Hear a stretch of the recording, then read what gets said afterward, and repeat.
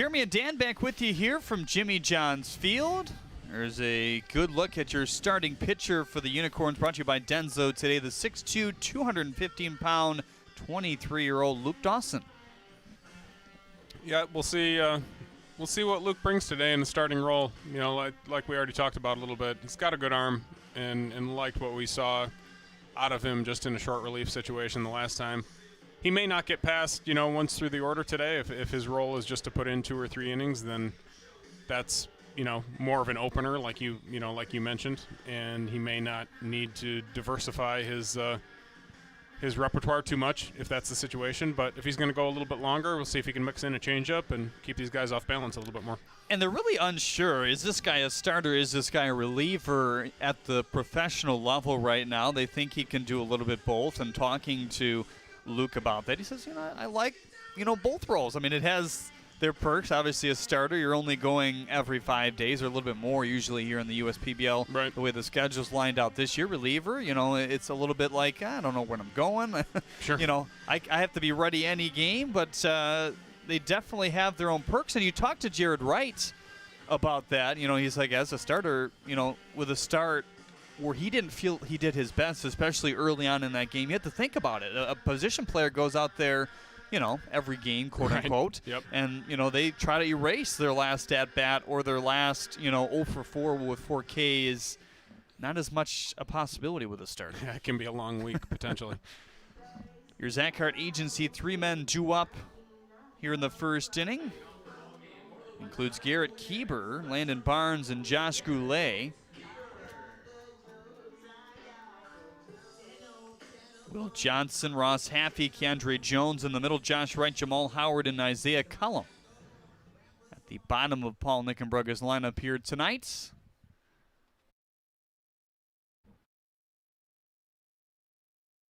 The weather has cleared up, 65 degrees here at game time, still 88% humidity, but it feels all of 65 with no sun out there right now. First pitch sneaks inside at 7:04 p.m. for ball 1.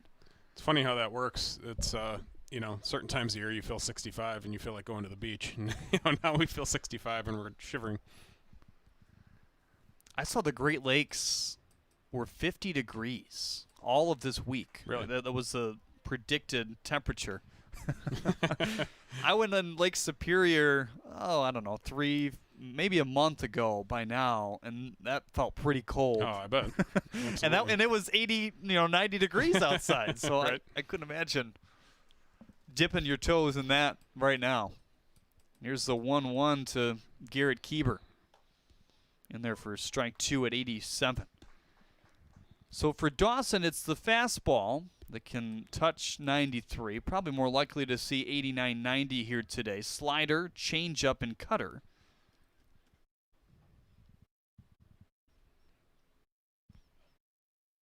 1-2 slider outside.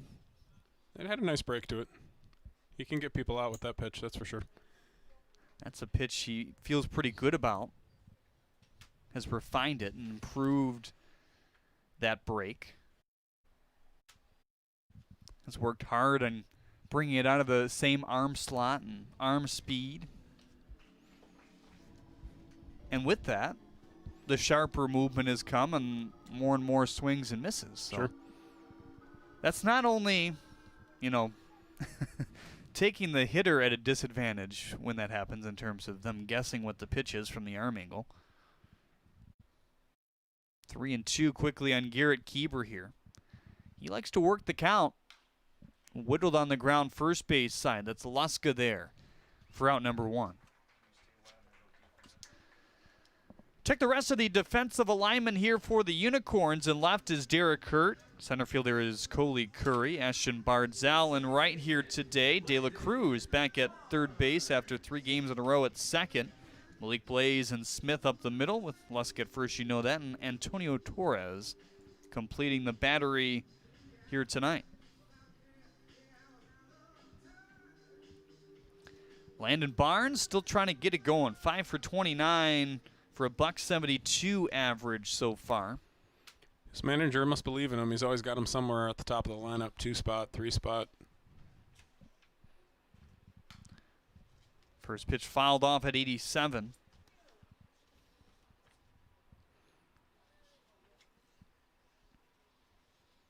Yeah, pretty much Keeber and Barnes have been a mainstay at the top of this lineup for the Woolly Mammoths. There is a little bit of shaking up to do with it. There's a lot more taxi squad guys in the starting 9 because of some of the cuts we've seen in the last day. The 0-1 pitch. Ooh. Some circling break on that one. Another slider. That's probably the best one we've seen so far. It's going to be tough to pull the trigger on that one as a right-hander. It looks like it's coming at your hands, and then it breaks over the plate. He may try to go away with it the next time he throws it. Now the 0-2. Yeah, and he did. It was just a little down. And if his plan and or the powers that be's plan is for him to only go a couple innings, you might see a few more sliders in the first and second than you would otherwise if he's trying to go 3, 4, 5, or 6. Sure, he could empty the tank a little bit more. 1-2, spins inside at 80, and he froze him for strike 3. Now Josh Goulet, the last shot here in the first. Barnes flustered.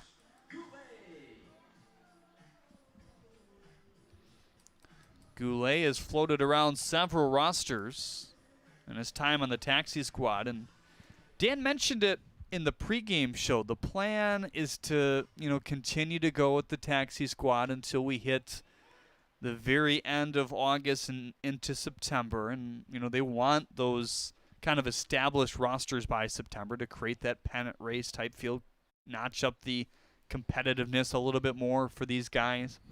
Yeah, it's tough to do that if you're potentially playing for multiple teams down the stretch. It's tough to really get after the idea of competing for a pennant. 1-1 here on Goulet. That looked like the cutter there on that last pitch, more of a high 80s type pitch with a little bit of a cut away from a right-handed hitter. That's something he really started working on this winter. He saw that his fastball was cutting, and that raised a red flag for him because his ball naturally runs. So he's like, whoa, right. What's going on here? Right. So he looked at the film a little bit deeper, and he's like, wait a minute. Let's keep with this movement. Right. Let's establish the cutter and kind of go with it. 2-1 is up high. So for him, that was about him changing his finger pressure, why he was more so getting that cutting action. So now you see the 4-seamer, the cutter, the 2-seamer, kind of making this a complete arsenal. 3-1 is high at 87 for ball 4. So far, it looks to me like he maybe uses it in fastball counts, where he wants to throw a fastball, but maybe he doesn't want to throw a straight fastball. He thinks the hitter might be looking for the fastball, so he's trying to keep him a little bit more off balance in that type of a situation. Mm-hmm. He wants to make sure that fastball isn't straight, kind of like you said. Working on the 2-seamer, working on the cutter. Partly why he may have struggled the other night. There's a slider, I think, snapped in at 75. It's a little slower than his normal slider. Yeah, he's been 79, 78 consistently with that so far here in the first. Here's a 0-1. Another one at 77, beautiful to the outside. Quickly 0-2 on Will Johnson. So a 3 unassisted ground ball to start the inning, and the strikeout to Landon Barnes, and the 2-out walk to Josh Goulet has a runner on first and 2 gone. Wow, just getting a piece of that is Johnson. 3 sliders in a row. Well, we saw him freeze Landon Barnes with an 88-mile-per-hour fastball inside after doing a similar sequence. Let's see what he goes with here.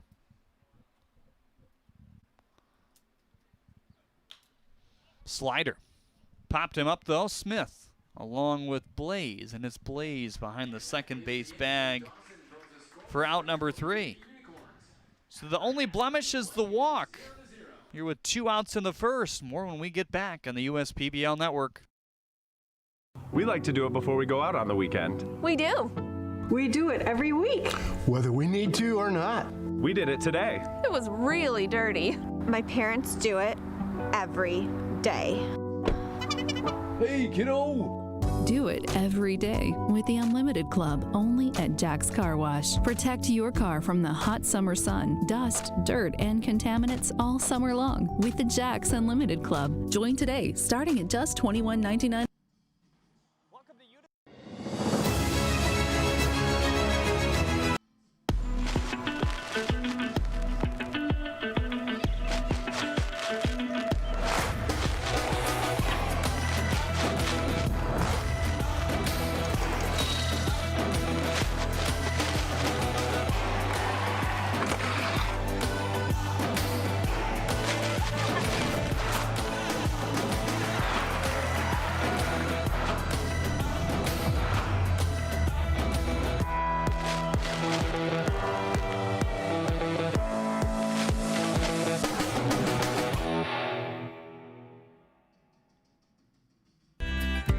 At Priority Health, we're embarking on a new normal, embracing the changes needed to keep Michigan safe. While that may look a little different for everyone, Priority Health is here to help. With access to the care you need, the doctors you want, and the quality coverage you can afford. So you can get back to this, and this, safely, steadily, and with the smartest health coverage possible. Welcome back to Jimmy John's Field. Get a good look at Jared Wright, the 6'3", 205 right-handed pitcher out of Arlington, Tennessee.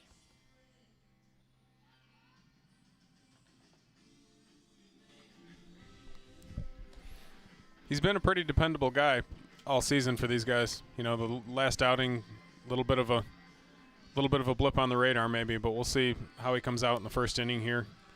I'm sure he went through a lot of reps, probably dry reps on the side, but after his last start with his mechanics, maybe some flat ground work, that type of thing, and we'll know pretty early how he feels. 29th versus the Hoppers of July. 4 innings, 6 hits, 4 runs, 3 of them given up, but 3 of them earned, I should say, all 4 in the first. It's De La Cruz, Coley Curry, and Nick Schneider, Zach Hart Agency, 3 men due up. Seen De La Cruz lead off the last few games for Jim Essian's squad. I feel pretty good about how much he's getting on base, that's for sure. He's been pretty consistent. Average has dipped a little bit. I think he came into the beginning of last week with around a 330 average. Down to 242, but is on base still pretty high at 479. And again, early. We're talking 33 at-bats here. Yes.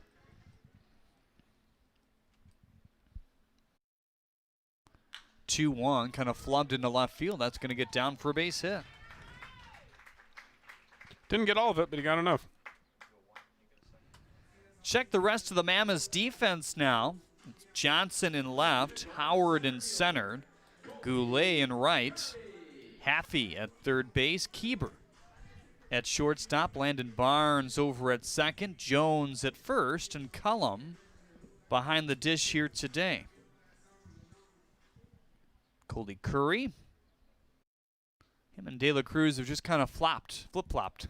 Yep. Spots in the order. Early on, Derek Hurt was up there quite a bit, but he's just starting to get hot again lately. We'll see if he can work his way back toward the top of the lineup. So for Jared Wright, fastball, curveball, changeup, and slider. This is 17th full inning of work on the mound this season for the Mammoths. He is a primary Mammoth. 5 walks to 14 Ks. Jared and Ben McKendall, really between the two of them, can be number 1 and number 2 for this club ideally, and then have to see where everybody falls in line after that. If they're going to have a full season, they're going to need another guy or two to start consistently. Roped but foul. Turned around an 88-mile-an-hour pitch and golfed it.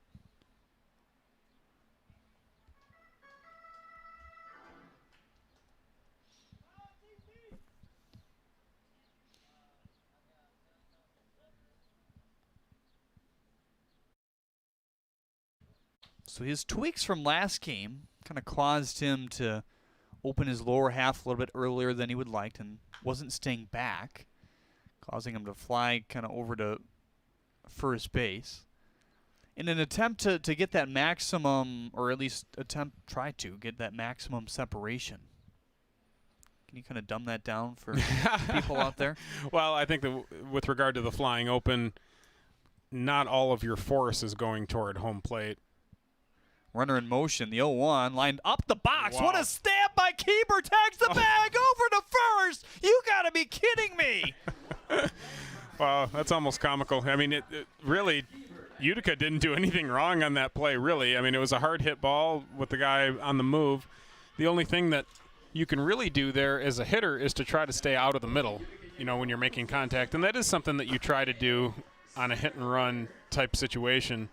You want to try to stay out of the middle because that's where the guys are moving toward. But he hit the ball hard, but tremendous play by Keeber. He made the play, just kind of landed on the bag, and then made an awkward throw to first, but an accurate throw to first. Terrific double play. Best one we've seen this year. We've seen some good plays in the last 3-4 games. We have. Nick Schneider fouls that off. There's been good play in the middle of the diamond by and large. Barnes and Keeber here tonight once again for the Mammoths. It's Blaze and Smith tonight for the Unicorns. Here's the 0-1 to Schneider outside. And for a guy in Jared Wright who's trying to, get back in tune with his game mentally after a rough start in his eyes, that can do some good, right? Sure. See that your defenders are right behind you and on their tippy toes. Well, prior to that terrific play, we were talking a little bit how he was flying open, and that can cause you to lose velocity. It can cause you to put extra strain on your arm. It can hurt your command of the fastball, especially. It can ride inside to the right-handed hitter more so than you want it to. So it complicates, a lot of aspects of your game, and if he's able to smooth that out today, he's going to have a better day. Couple sliders in a row, one for a strike, one for a ball. Now it's 2-2 here on Nick Schneider. 10 for 44 start for him. He's driven in 8 runs. The 2-2, swing and a miss. Or no, a swing and a tap foul. I thought he missed it too. The way it sounded like it hit the glove. Right. And it looked like it hit the glove. It must have been very little context. I wasn't watching the monitor. I was watching it live, but it looked to me like he missed it.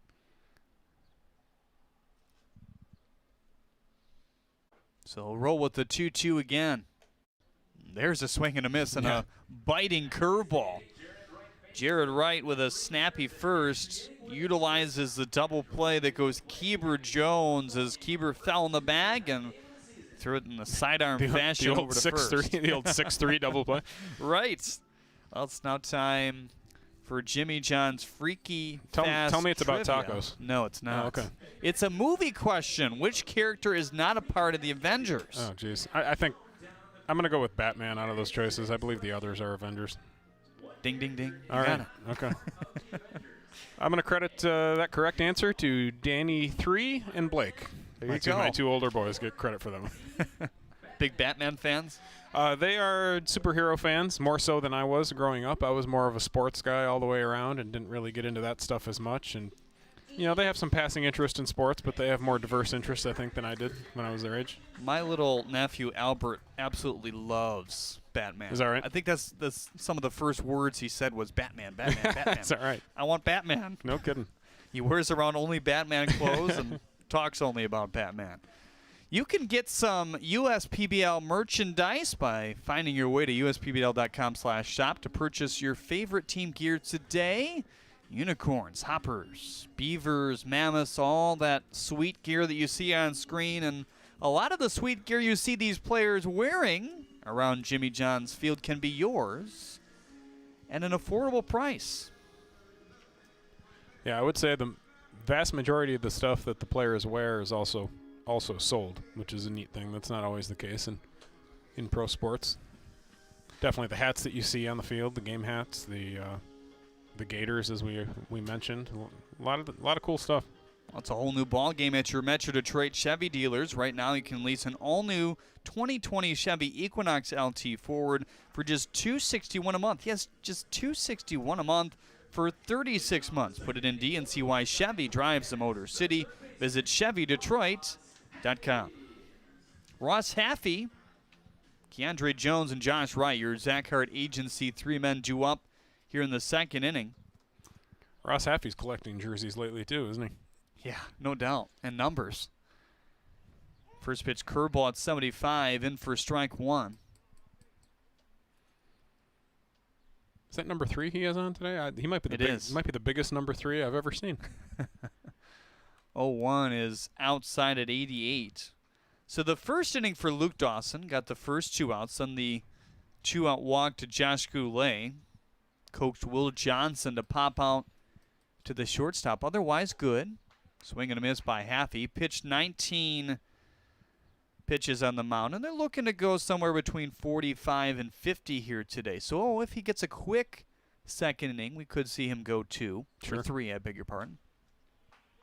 Painted that one in at 79. Another slider is third of the AB for strikeout number 2. That's tough as a right-hander. You see that ball coming in at your shoulder or on your hands, and it's tough to pull the trigger on that pitch.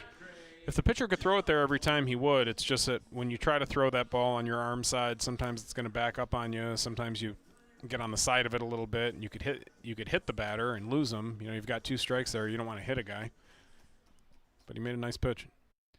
This was kind of a surprise start for Luke Dawson. He just learned about it last night. That could be good. Yeah, didn't have too much time to think about it. His first start as a United Shore Professional Baseball League player. 1-0 is outside at 83. We talked about the 5 appearances he had last year. Got the win, in fact, pitching the 7th in the championship game for these Unicorns last year. 5 innings, 5 hits, 3 runs, 3 earned all of last year. Here's the 2-0. Check swing foul. And I talked to Shane McCaddy, one of the pitching coordinators here at the USPBL, before the game about him. And he was like, yeah, we didn't get too long of a look at him. I mean, obviously 5 innings is not much, and it's at the very end of the year, and he wasn't able to start when play started here at the USPBL. 2-1 is another slider in there for strike 2. Not fair here in the first It's got pretty good 2 innings. Pretty good command of that pitch right now. I want to see him go 3 or 4. But right. the way he's uncorking those, I'm not sure he'll be able to. But they want to be cautious for good reason. 2-2 is outside. Made Keandre Jones look silly for strikeout number 2 here in the second. The real key there is, sure, it has a good break, but really the key is that he's able to throw it to both sides of the plate right now. When he's facing a right-handed hitter, he can throw that one inside that they're mostly taking because it looks like it's coming at them, and then he can throw that one away that he's getting them to fish at.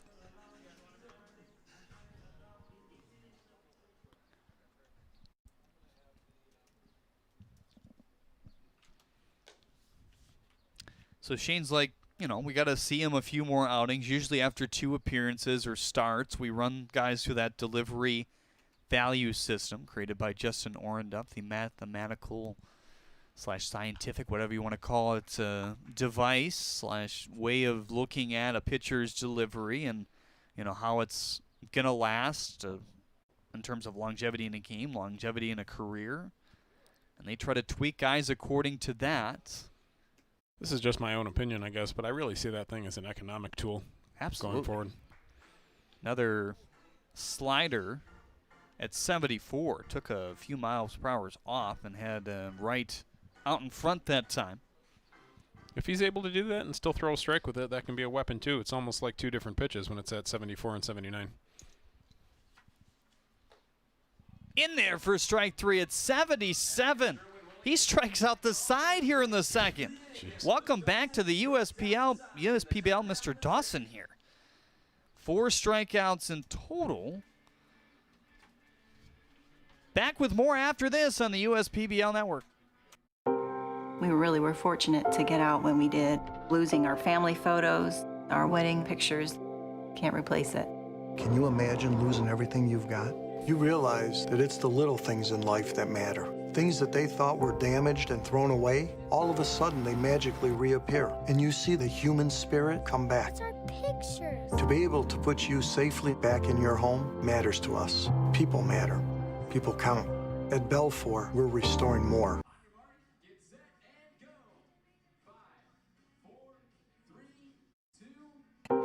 We really were fortunate to get out when we did. Losing our family photos, our wedding pictures, can't replace it. Can you imagine?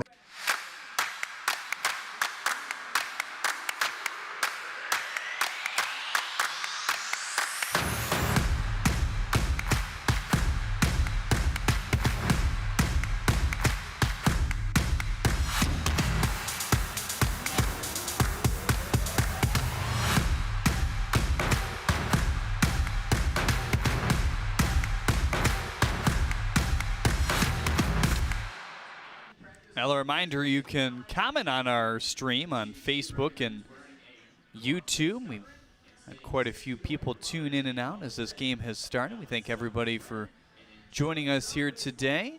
Sean Chappell says, I love going to Jimmy John's Field. It's a great atmosphere. Andrew J. Williams says, let's go Unicorns. Jerry Parent says, the Mammoths need a win tonight. Go Landon. True story.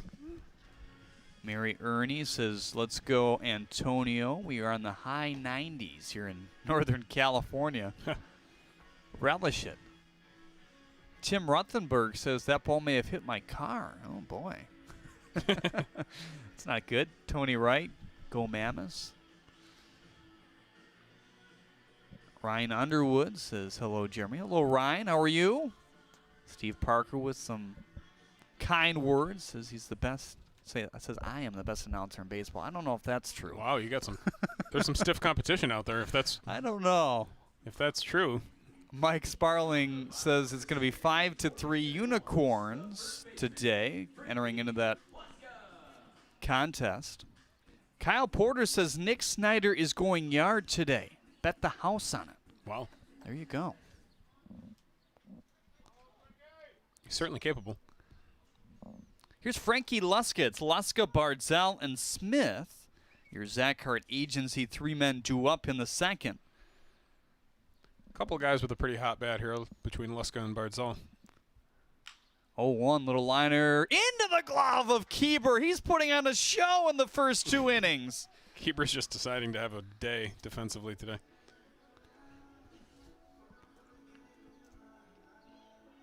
Robbed really 2 base hits in the last 2 hitters.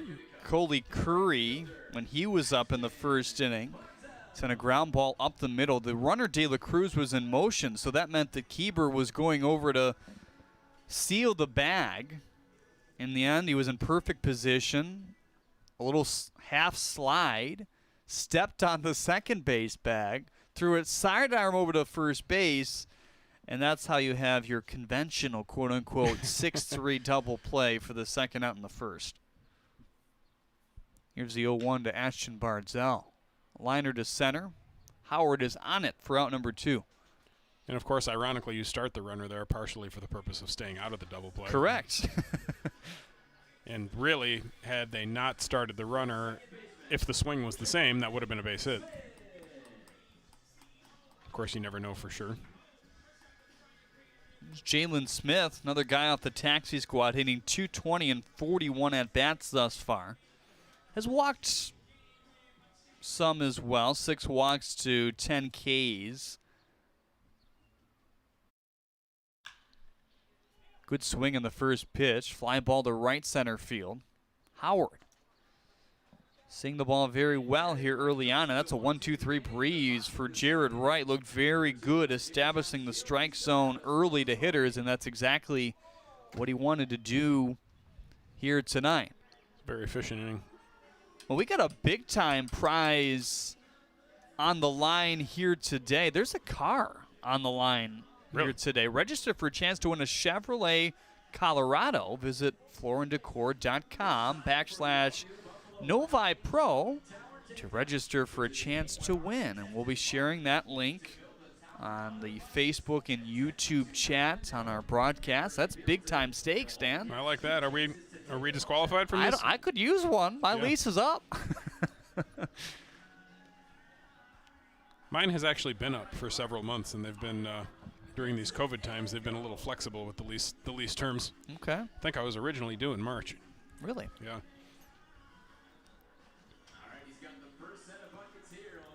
Some more score predictions coming in. Nancy Becker says it's going to be 4-2 Mammoths here today. Melanie Covey says Unicorns 7, Mammoths 5. Got a lot of scoring to do to get to that. Tisha Mitchell watching from Kansas here today. Always a big Hurt fan. Elizabeth Torres says she's watching from California as well. You can chime in with us on Facebook and YouTube. Deborah Willis on YouTube says, way to go, Mammoths. Julie Briel says, go Mammoths here today as well. Reminder, you can guess the player of the game for today's game, and you'll win a free oil change courtesy of Kozak's Mr. Muffler. Post your player selection here in the comments section of the broadcast before the end of the second inning. So you're going to have to work extra quick. I don't know if it still counts right here. We haven't started the third quite yet. Hurry up.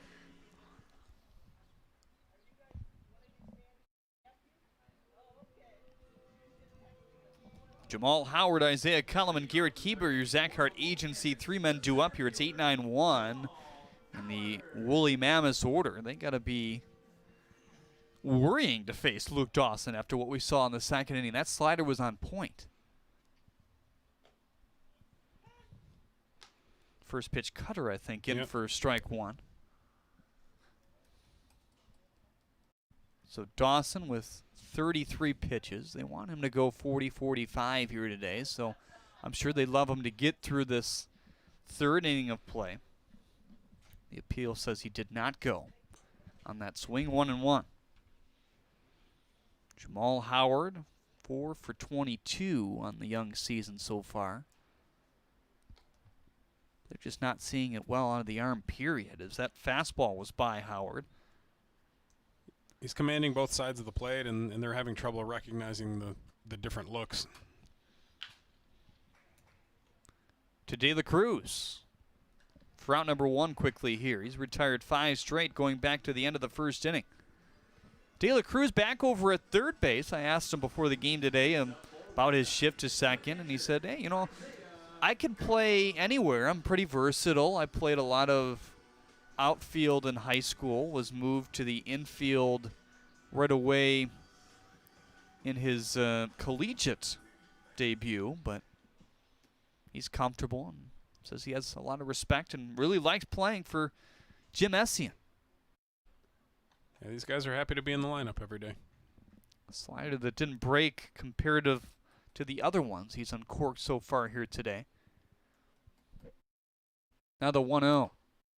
Poured in at 87. Couldn't put in a better spot on the exterior for strike one. Two-seamer that had some tail. It's just natural action on the fastball.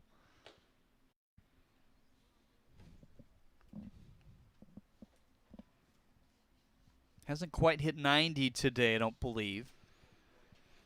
He's not throwing many four-seam fastballs, really. That hasn't really been a main pitch for him, I don't think, so far. That's been his pitch. Yeah. The slider. And I look to our left at the flight scope data. Eric McKean tracking that once again here in the press box.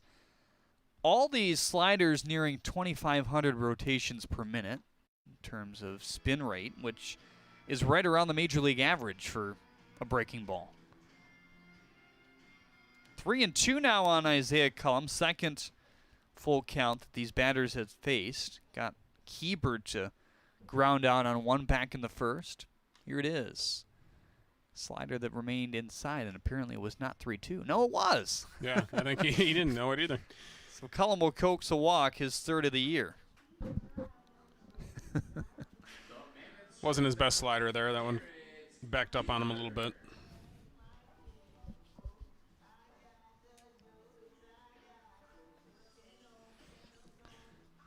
Garrett Keeber, 0 for 1, we told you that. The only two base runners that have reached were the walk by Goulet back in the first, and now the walk by Cullum here in inning number 3. Outfield spread out here with his right-hander at the dish, as that one is in for strike one. It would only be fitting for Keeber to hit one out of here or something, the way he's played so far today defensively. Just have a day all the way around.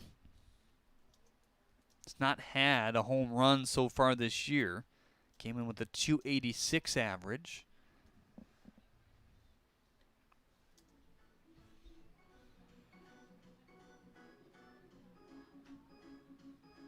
So glad you could tune in here on the USPBL Network. Jeremy Otto alongside Dan Griesbaum Jr. to bring the call here tonight. Now the 0-1. Cutter off the plate outside, 1-1 now. Even that cutter has some really good spin on it.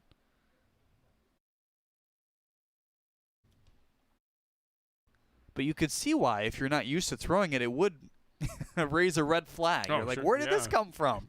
Got this tumbling motion on my fastball. In for strike 2. How does that happen, though, you think, for a guy who doesn't necessarily throw it, but is putting the pressure on that you would for that grip? Yeah, he must have been kind of leading with his middle finger, I guess, maybe coming around the ball a little bit or turning his hand to some degree. To get the tailing action, you're generally putting more pressure on your index finger, so maybe that kind of got reversed. Slider that's golfed into right. Bardzell coming in and over for out number 2.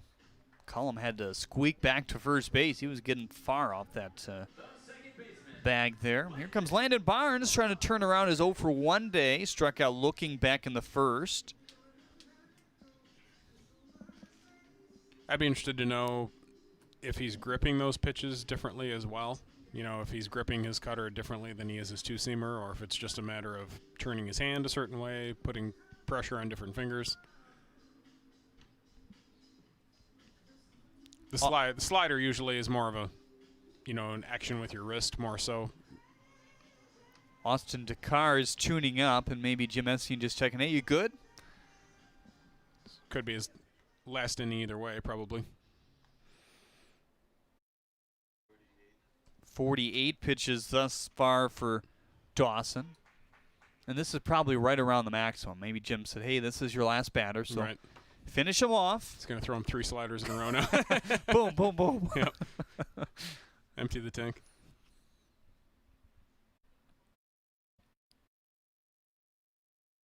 Holds it an extra beat, the 0-1. Fouled back at 87. 0-2 quickly on Landon Barnes now. See Ty Hensley hanging out in the bullpen along with Austin Dakar down there. Those two can relate in terms of surgeries and injuries. We haven't seen a lot of that whole hanging around in the bullpen type thing this year. Not. 0-2, beautiful slider, and if that's it, it's fitting that he finishes it with one of those snappers to end the 3rd inning. Nearly perfect here today, just a pair of walks, but for a guy in his only 2nd appearance, I think he'll take that, right? Yeah, that was a beauty to end it on, too. Great command with the slider on both sides of the plate, and he'll be happy with that. Finishes with 5 Ks here tonight. Now time for your Michigan First Credit Union. JJ the Water Boy. JJ the field general, the popular dog here at Jimmy John's Field. We saw him again before the game. Wasn't quite as wet as we petted him before last game, though. Yeah, right? okay. Kept him in a suite today. He didn't get loose during the rain today. And the rain was coming down. I'd be honest, I didn't expect to get to the ballpark and see it pouring like it almost was around the 5 o'clock hour. Better the 5 o'clock hour than the 7 o'clock hour. True. Our crew doing a good job fitting in our open in the end. Definitely. We say hello to Mitch Hudwagner, watching here today. Guy who caught Jack Ferguson quite a bit in college over at Madonna. It's nice to have all these former teammates and friends and whatnot be able to watch our live stream, people across the country. I thank all the brass at the USPBL for continually improving these broadcasts. I mean, there's talks every day. Hey, what can we do now, to continue to make this thing better?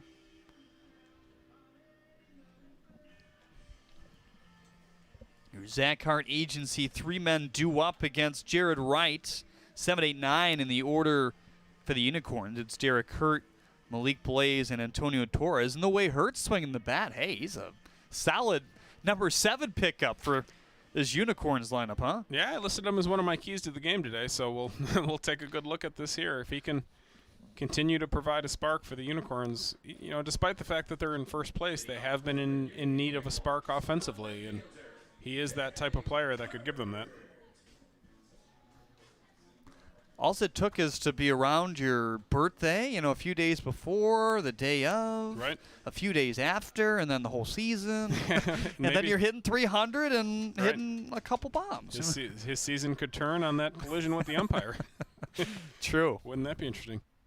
We're glad to see that Jacob Antonio. Is that right? You got Did I get it? Yes, I got it right. Jacob Antonio. How do you spell that? Do you know? I believe it starts with a G, but I don't remember. First pitch to Derek Curtis outside. I've never had to spell it. Maybe your dad has wrote it down a few times. He may have. Chime in. Yeah. Dan Griesbaum Sr., the fine coach at Grosse Pointe South. This one lifting to right, sending him back all the way to the wall. Hurt around the first base bag. He's burning to second, and he will put the brakes on there. Goulet started in, but that baby carried to right field. Well, it wasn't the best route I've ever seen, but I think it's a double nonetheless. Had he taken the right step first and gotten back hard on that ball, I think he probably would have caught it. But it's going to happen. Sometimes you get the wrong look off the bat, a little bit of a hazy sky. It's hard to say exactly, but nonetheless, Derek Hurt staying hot, making good contact, and giving this team a spark. Here's Malik Blaze now. Another solid season up the middle at his shortstop position. Still trying to get this bat going. 5 for 37 thus far. If you're in that spot as a hitter, you've got a guy on second base with nobody out here, you haven't been swinging the bat great, try to maybe load a little bit late here, get something to right field to at least advance the runner. Just try to do your job. First pitch fastball up high at 87 for ball 1. So runner on second to begin the frame here. Keandre Jones pinching in, half expecting Blaze to maybe drop one down here. You don't see a lot of that in this league, though. High at 86, 2-0 on Malik. So that snaps a string where Jared Wright was looking pretty dominant. Had retired 5 straight going back to the first inning, including a strikeout, but really pitched to contact in the second inning. There's a slider for strike number 1. Blaze last year in 14 games for this Unicorn squad hit .217. 10 hits, 5 runs. Outside, and I talked to Jim Essian about him very early, and he said, hey, the offense is a positive to what he brings at the shortstop position. I mean, it's something they're confident and think he can turn it around a little bit more than he's shown here at the pro level. But if he keeps bringing that glove, that's the big part. 3-1 is fouled back. 3-2 on Malik Blaze now. Certainly certain positions on the field where you're willing to take a little bit of a loss offensively to have a solid defensive player. Shortstop's definitely at the top of that list. Catcher, certainly another one. Center field can be that way. Second base can be that way a little bit. Checks the runner at second, the full count pitch. Fouled away at 87. So heavy dose of fastball to Malik Blaze in this at-bat. He's got a fastball, a curveball, a changeup, and a slider. We've seen the slider once as well. You can see he wears a number 20 necklace there. I have one of those myself. Do you? That was my number. We'll try the 3-2 again. Low and away, runner moving to third base, and he's able to not sneak in there. Oh, boy, I thought he nearly swiveled past the tag of Haffey, but Hurt is cut down at third. Derek Hurt trying to do a little bit too much there, I think. He really didn't have much of a jump there. Could have had first and second situation with nobody out and ran into an unnecessary out. You know, the ball was in the dirt, but it was picked clean. And you've got to be really sure in that situation if you want to go. And when you're at second base, you have a good view of that ball. You can see if it was picked clean or not. You can get a little bit of a roll, a little bit of a break, and if it's picked clean like that, you can get back to second base. A lot of credit to Cullum, certainly. Yep. Because that's not an easy ball to pick clean. He was in the right position, had his fingers down. First pitch changeup in for strike one on Antonio Torres. Torres has had a little bit of rotten luck in terms of balls in play. His average $154 on that through 12 tries. And for a guy who only has 20 at-bats, that's something in baseball that usually turns around. Yeah, with sample size, that will turn around most of the time. So he just needs to keep making contact, keep plugging away.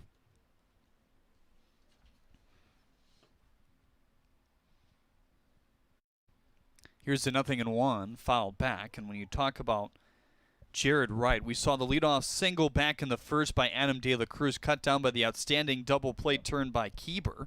And now here in the third, the Unicorns kind of run into an out at third base, so one out and a runner on first. Again, maybe that gets Jared Wright back into things. Mm-hmm.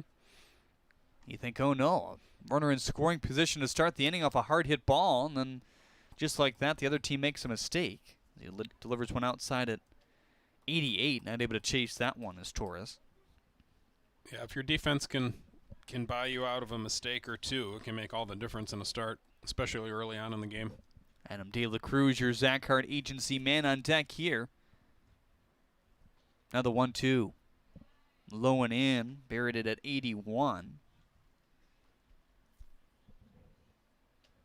Maybe another change up there. Could have been the slider.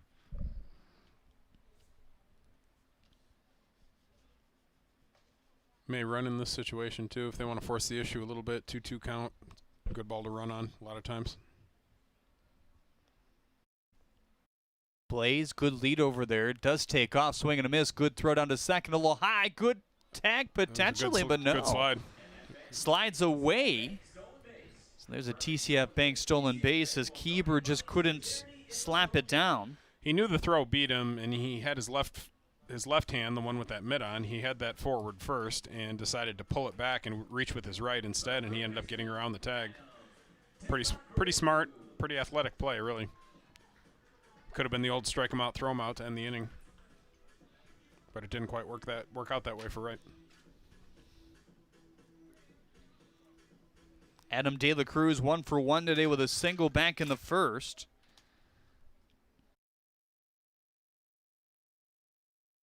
He was cut down because of that double play by the shortstop Keeber. First pitch slider fouled away. De La Cruz, Colby Curry, Nick Schneider. Top three in Jim Essien's lineup here tonight. Jared Wright gonna step off and regroup. He kind of said, hey, I was mentally prepared for this start 30 minutes after the last one was over. I wanted to get back out there. Takes a special guy to really feel that way, to be able to turn the page. 0-1, popped him foul, quickly 0-2. Done a pretty good job of establishing the strike zone and the outs he's gotten. It was a 3-2 walk to Malik Blaze, 2-2 strikeout to Antonio Torres just a second ago.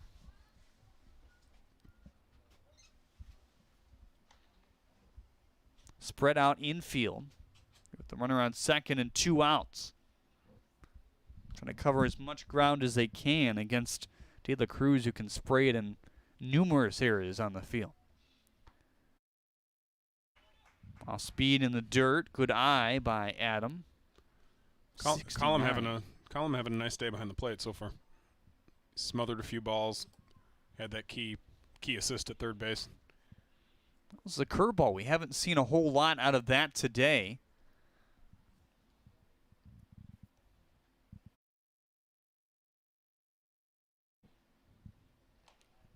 Ready, another 1-2. Here it comes, high at 89. So Austin Dakar still tuning up down the left field line for the Unicorns. He will likely take over in the next half. No one warming for Westside, as they, I'm sure, want to get at least 4 or 5 out of Jared Wright here tonight. 2-2 in there for strike 3. Dusted him away at 88 on the top of the strike zone there. The second strikeout of the inning for Jared Wright. Strands the runner on second base. More when we get back here on the USPBL Network.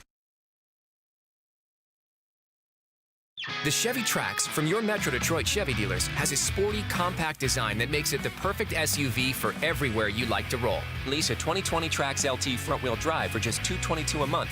Put it in D and see why Chevy drives the Motor City.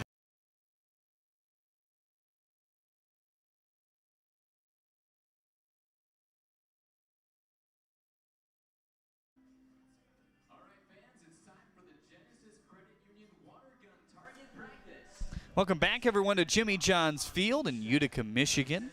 Now time to take a look at our senior spotlight, sponsored by Michigan Schools and Government Credit Union. Today, it's Stephanie Tallarico out of Cousino High School. We've had a lot of Cousino and / Warren submissions so far. Appreciate the support out of Warren this year. Graduating summa cum laude from Cousino. Played 4 years of volleyball and had several lead roles in Warren Public Schools theater productions as well. Plays the piano. So multi-talented. You ever play any instruments? Not well, no. My wife was a award-winning keyboard player, so I'm hoping she finds a way to pass that down to the kids a little bit. Yeah. I can't help a whole lot in that regard. That'd be cool. My wife plays some piano. Ironically, she's not much of a singer. I mean, neither one of us are singers, but she could play though. Reminder, you can chime in with us on Facebook and YouTube on the chat section. Aaron Johnson has joined us. Aaron Babbitts as well, the athletic director over at Catholic Central.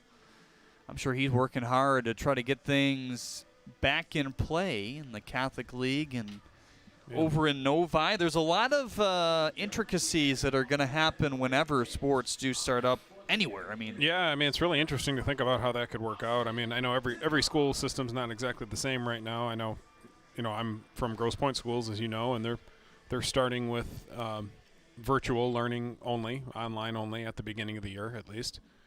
And how will that work with fall sports? Is it practical to have fall sports when none of the students are in school in the building?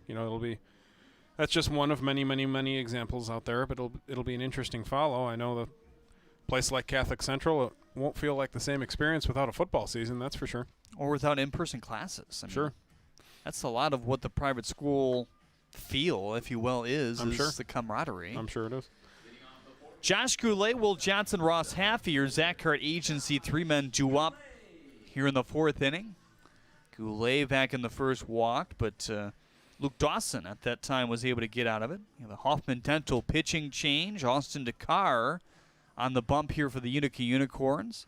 Took just under a week off of gameplay. They wanted him just to reset a little bit and, talking to the staff about that. It's like, we thought that maybe there was a little bit too much pressure put on himself, just given the situation with the Unicorns not having a lot of staff members set. I mean, you have Nolan Clenny in the back end of the bullpen, and Bobby Komitas has become a pretty good reliever, even though he started the other day. But when you deal with potentially playing back-to-back nights, so 1-0 is outside, and the Unicorns have played quite a bit in the last 5 days of, just calendar days, that is, not necessarily of games, but it can stack up, the innings can stack up, and they just wanted to give him a little bit of a breather. Yeah, someone with his background, I'm sure he puts a lot of pressure on himself. Former 3rd-round pick with the Yankees and plagued by some injuries, trying to find his way back, and he's certainly got the ability and the frame. Very, very much a plus breaking ball, as you just saw right there. Maybe we can get the spin rate on that. I know it looked like a plus to me. 25.96. Yeah, I mean, that's very impressive. So he's got the stuff there. He just needs to command that pitch and come after guys. 87-mile-per-hour fastball in for strike one. You know, I think that's something that the fastball there, trying to add to that, I'm sure is part of what he's trying to accomplish here as well. 3-1 fouled away, and I don't think he wants to live in the high 80s with his fastball. You know, I think low 90s at a minimum, I would think, is where he's trying to get. Well, and Shane McCaddy, one of the pitching coordinators here at the league, reminded me before the game, this is a guy that's still looking to totally reshape his delivery. Right. You know, because of that injury history, which they've done with, you know, a number of guys, Nolan Clenny to name one. They want Dakar to be like a Clenny. Ty Hensley certainly in a starting role. 3-2, ooh, hit him. Tough spot at 88. So it's leadoff hit by pitch here in the fourth.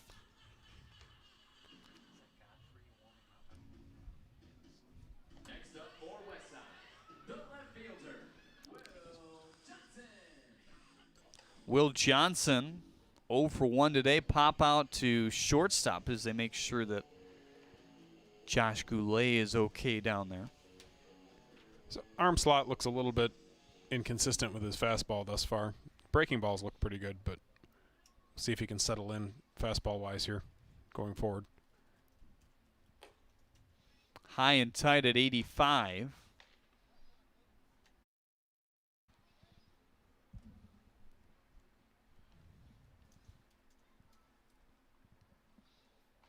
Josh Goulet, not the burner out there that you'd expect in a base stealer at first base, but he was able to swipe 24 bags his senior year at Plymouth State, so he's a guy that has really good reads and good instincts.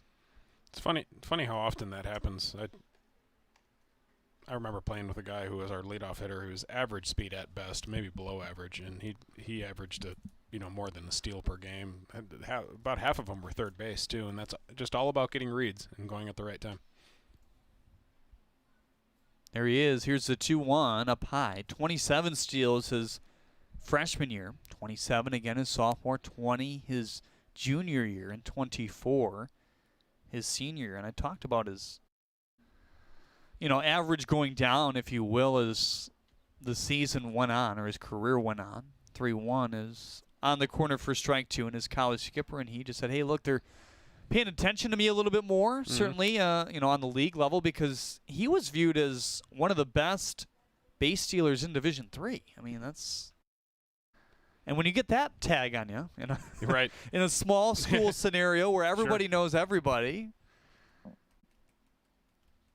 that could limit your stolen bases, certainly, as this one is fouled at 78. When you think about it on a major league level, guys like Ricky Henderson and Vince Coleman and some of those guys that stole over 100 bases in a season in the 80s. Obviously, everyone knew they were going when they were out there, but they still stole them anyway. It's just, there's nothing you can do about it at a certain point. You have to face the hitter, too. Here's the 3-2. Past the diving glove of Luska. Hitting the second base bag as Goulet is going to stay right there. I'd love to see another guy like Ricky Henderson in today's big leagues. I think with the analytics today, they're not willing to let a guy run that much and make mistakes and make outs. Because you're bound to make outs. I mean, when you go that much, you're not gonna get there all the time. And JJ is running out towards second base with the bat. He's gonna take the scenic route here. Oh man, you gotta love him. He's like one of our kids around here. He really is. He wants some airtime. He got it in the second, but he's like, no, I'm coming out in the fourth here too. And you just know Abby Robinson there, who's taking care of JJ. She's yelling at him to get over there. He's just taking his sweet time.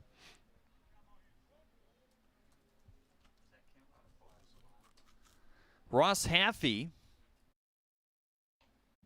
bats with runners on first and second base. And here's something for you, Dan. On base percentage of .324, slugging of .300. In his career in the USPBL. Last year, slugging .527, OBP .395. I looked through all his college stats. Nothing like that either. So unprecedented number of walks thus far for Ross Haffey. Yeah, he's going to get on base for, you know, a big guy that hits home runs. Obviously that pitch wasn't a great example, but for the most part he's not chasing balls off the plate. But he's just not swinging it the way that he's accustomed to quite yet. He's taking those walks. He's got that reputation as a power hitter, and guys try to pitch around him a little bit, but he hasn't quite produced yet. 0-2 on Haffey.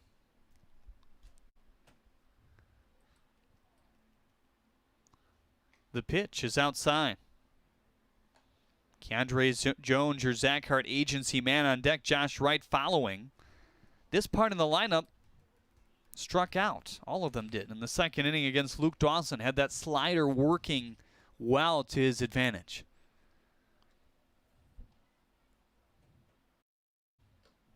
Certainly like Dakar's breaking ball today, but his fastball release point has really been all over the place. Sometimes he's pulling it down, just hanging onto it too long. Other times it's up and in. He's letting go of it too soon. He's just not finding that consistent spot. Here's the 2-2 now. Got him with the slider at 78 for out number 1. And he can live on that. If he wants to keep throwing it over and over again, he's probably going to be fine. But I know that's not his whole objective out there today. Isn't necessarily just to survive. You know, he's trying to find his fastball and trying to work through his mechanics. So now Keandre Jones trying to snap his 0 for 1. So this part of the order now 0 for 4 with 4 Ks. 5, 6, 7. And the Westside lineup still scoreless here in the 4th inning. It's been all pitching for the most part before this inning. First time that multiple base runners have gotten on to start a frame at least. And Trey Jones is not real strong on the breaking ball yet, at least not yet this year. And he can attack him with that breaking ball and get him out, chances are. Maybe show him the fastball off the plate a little bit and come back with the curveball for strikes. Here's the 0-1. Pop to the shortstop, Blaze off his knee, and everybody's going to be safe. Yeah, he was sort of caught in between hops there. He didn't think he had time to come get the big hop, and he laid back a little bit, and he got sort of an in-between one, and that's a little bit of an uncharacteristic error.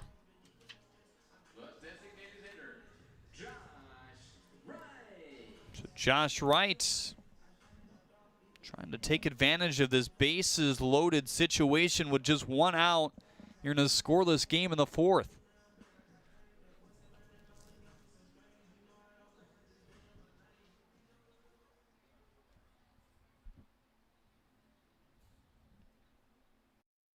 Right 0 for 1 with a strikeout, looking back in the 2nd. Pitch fought off inside, hit the glove at 87.9. Spread out outfield with a guy like this who can go gap to gap and can use the legs when he's going right. 6 hits to his credit this year. Struck out a little bit more, I think, than he'd like. 12 so far. Perfect on the outside at 86 for strike 2. Infield's playing back all the way around, but he's a pretty tough guy to double up. So if he can make some type of contact here, he's got a real good chance to give his team the lead.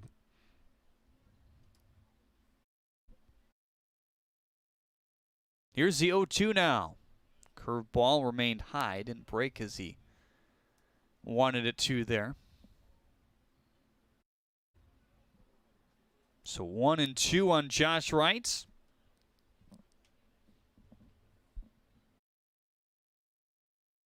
The pitch. Just off the plate outside. 2-2 now on the 7-hole hitter. Didn't miss that one by much. DHing here tonight for the Mammoths. We don't see him do that a lot. Primary outfielder. Plays a good center field with that speed as well to track balls. That one hit the dirt, and a run, at least one, is going to come around to score as Torres scrambles quickly to pick it up. And Josh Goulet scores the first of the game for the Mammoths. They lead at 1-0. Pretty sure he slipped there, didn't he? Looks like it. I was watching the catcher more so, but looked like he slipped. As we get a look on our YouTube monitor, that's exactly what happened. Ended up throwing it straight into the ground pretty much. So on top of that, everybody advances. Runners on second and third, and a full count to Josh Wright with Jamal Howard on deck right here.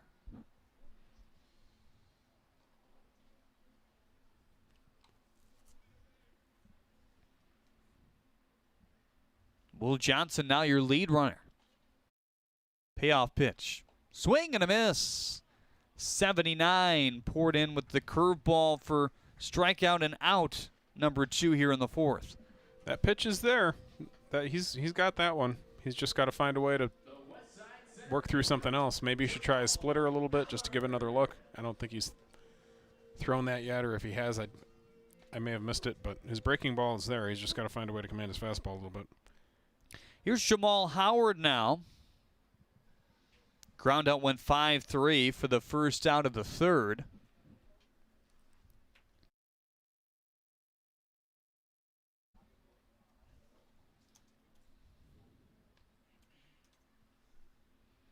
First pitch to Jamal is in there for strike one. 85-mile-per-hour four-seam there. So the fastball not touching the velocity that you like with a guy like Austin Dakar, but still going through all those transformations in terms of the delivery, which we talked about to start this inning. Trying to limit the damage here and only give up 1 run. I think he'd be happy with that if he's able to get out of this. Waiting in the 1-1 pitch. Had him thinking about swinging, held it back, but that is for strike 2.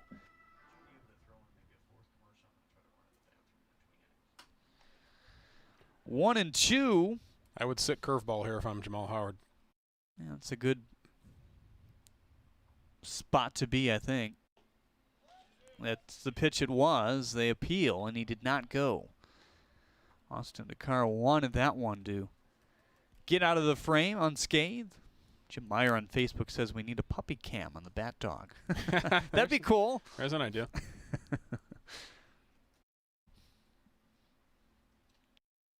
Second and third with 2 outs, a run in. The 2-2 swing and a tip into the glove, I believe, for strike 3. So in the end, he strikes out the side. The run does come around to score. It was the leadoff hit by pitch by Josh Goulet. More after this on the USBBL Network. First State Bank is a locally owned and operated business. We're part of your community.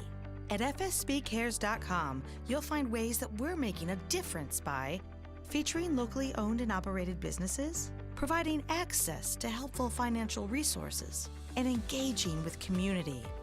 FSBcares.com is part of our commitment to the neighborhood because strong neighbors mean stronger communities. Where good neighbors do great things. Member FDIC and Equal Housing Lender.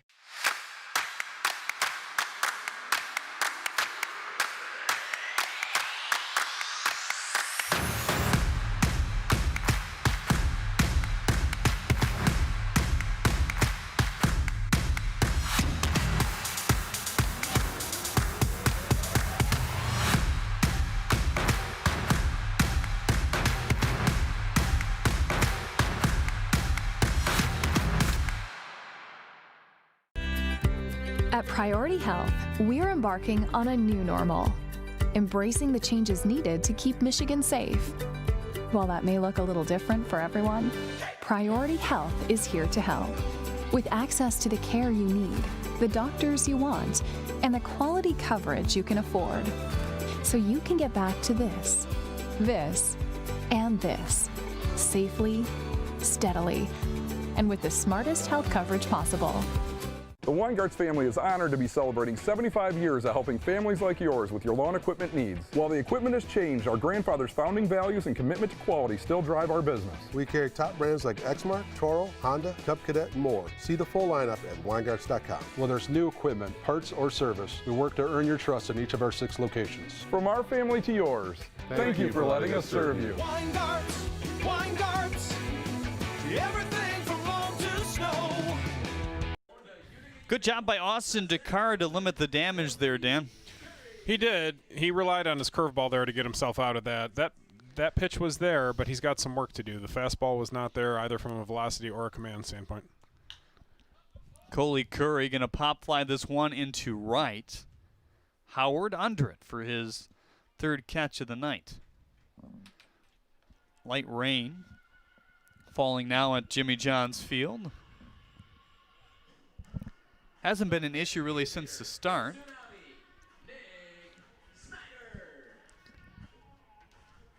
It looked like Dakar had a little trouble with the footing out there. I'm not sure if that's just with his stride. He's a little bit of a bigger guy, but it looked like a couple times he had some trouble with the footing. Nick Schneider and Frankie Luska, your Zach Hart agency. Two more due up here in the fourth. Overcast skies all throughout today's game. We had the tarp on. Put it on what, around 5:30-ish? I think so. It sounds about right. It was out there till like 6:20. Yep. Right around when our open was about to happen on the United Shore Media Desk. We'll talk to our Auto Lab player of the game from that United Shore Media Desk after things are set and done. Wow. Broken bat. Where did that hit? That was right on the handle, I believe. Kind of rode in on him a little bit. I don't know how he even got a piece of it. At 88.6. It was a ill-advised swing. It started out inside, and then it just kept coming further and further inside. Well, pitchers like that, right? Pitchers love it. Get a new bat, one that you're not comfortable with. Right. Have to take that long walk, usually reserved for strikeouts or outs. It's an especially long walk here at Jimmy John's Field, too. So he's going to be out of breath by the time he gets back to home plate. We don't have the because they're limiting, people and staff and whatnot. There's no bat boys, so generally there might be somebody to run that out to you, help you out a little bit. Right. But not so much right now. Where's JJ? I don't know if he might not bring it back to the plate. Yeah, I don't think he does the reverse deal where he brings the bat back to the plate. A new trick. Don't think he's trained for that. New treats can go a long way. Sure. 0-2 is lined into right for a base hit. New bat worked okay there. Third hit given up by Jared Wright. Single back in the first, double to begin the third, and now one out single here in the fourth. Sets up Frankie Luska. He's started his career 4 for 13, had a 3-hit opening night here last week. The big bang, though, came in that 14-batter, 9-run inning where he plated 3 off a home run to right. He's had a couple swings since then, too, that elevated balls pretty well. Didn't quite get him out, but he's got that type of swing. 0-1 as he darts a changeup in there on an 0-0 count. The pitch outside. Jeremy Adel alongside Dan Griesbaum Jr. to bring you the call here tonight from Jimmy John's Field. Utica, Michigan. Drizzly start to this day. I think we should be fine this week until we get to the weekend again. It's always the case, right? Of course. The doubleheader always is in question. That's all we need is a rain delay doubleheader.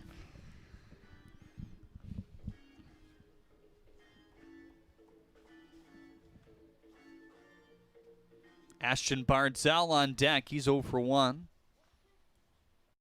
3-4-5 is yet to get on base. Besides the single by Schneider, the 1-2. Big swing at a 69-mile-per-hour curveball. That's the first put-away curveball we've seen here tonight from Jared Wright. Wright's a guy that's come off a 6-month period where he worked on mechanics solely, really. Used to be more of a long arm type pitcher. Now he says it's sort of three-quarter, not exactly there, but different from what he's used to. Really wanted to just get back to his game here today. And what that means for him is not worrying about all the DVS tweaks. He wants to really work on those in the side sessions like we talked about in the top of the show. But you got to also remember he was facing the Diamond Hoppers for his third straight start. Every start he had was against Eastside, so that was in the back of his mind. And he's like, yeah, you know, that sort of messed with, you know, my psyche and overthinking things and how I attack some of those hitters as well. It's an unusual challenge. That's not going to happen very much in pro baseball, but swing and a miss at a pitch in the dirt there. Really good job to strand the one-out single here in the fourth inning. These pitchers are performing pretty well. The starters certainly. Back with more after this on the USBBL Network.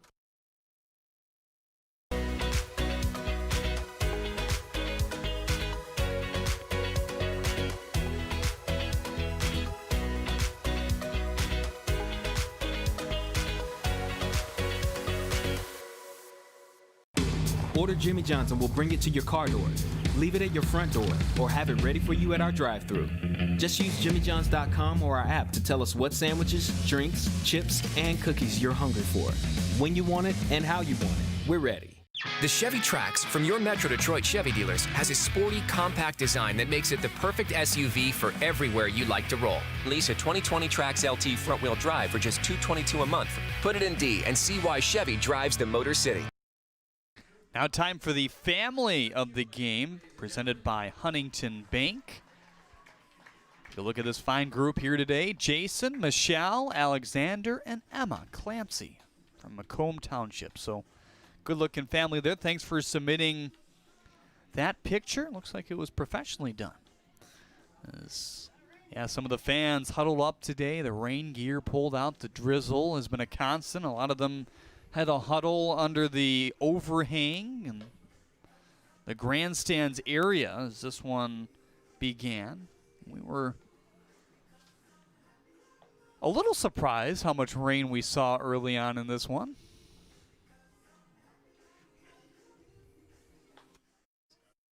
Lonnie Godfrey now taking over on the mound. Another Hoffman Dental pitching change as the Scott's grounds crew gets to work on the field here. Godfrey, a new arm to the USPBL. Takes over for Austin Dakar, who faced 6 batters in the fourth. Did strike out the side, has given up the only run of the game. It was a leadoff hit by pitch by Josh Goulet. He came around to score. Will Johnson singled, and the strikeout by Ross Haffey. And the error to Blaze loaded the bases in the end, but 2 strikeouts by Josh Wright and Jamal Howard ended the threat. And Amani Godfrey trying to settle things down, get maybe a quick inning here in the fifth. Talked to Shane McCaddy, the pitching coordinator here at the USPBL, about Godfrey, and he says, I liked his first outing in stretches. Thought that, you know, he made some good pitches to begin things, and it just got a little rough and things snowballed, but he credits some of that because of the emergency type relief appearance that it was. I mean, he literally just got here. He was available for the first time. I think even before the game, we asked Justin Orenduff, we're going to see him on? He's like, probably not, but it was probably yes. That's as the game went on. Game 2 of the doubleheader, I believe. Yep. If I remember correctly. Second outing, much more clean.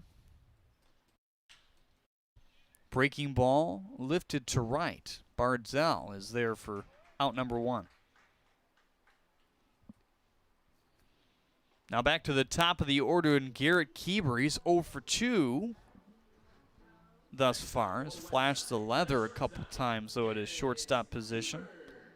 Yeah, he may not have created any runs yet, but I think he saved some today. This is a matchup we saw on Sunday, so just a day apart. 4-0 Unicorns with the win in that one. Another big one inning. We've seen that so many times, Dan, in terms of, you know, what predicts a win for a team. If you see the one inning, it's been almost like you could say, yeah, they're going to win. That's how the season has gone for these teams so far. Yeah, pro baseball is that way in general. The limiting the big inning is very key.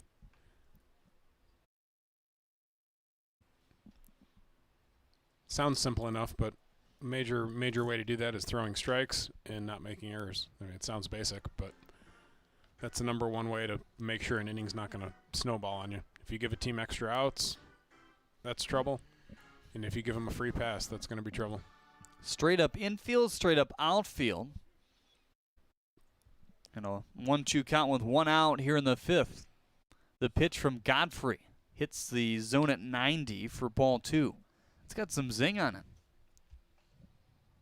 He's got that kind of violent delivery. That can be okay for a reliever. It's deceptive.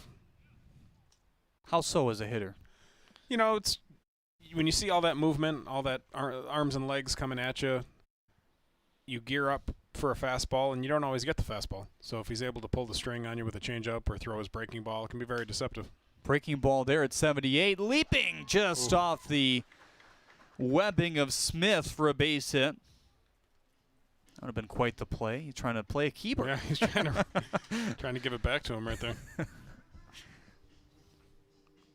Landon Barnes 0 for 2 so far tonight.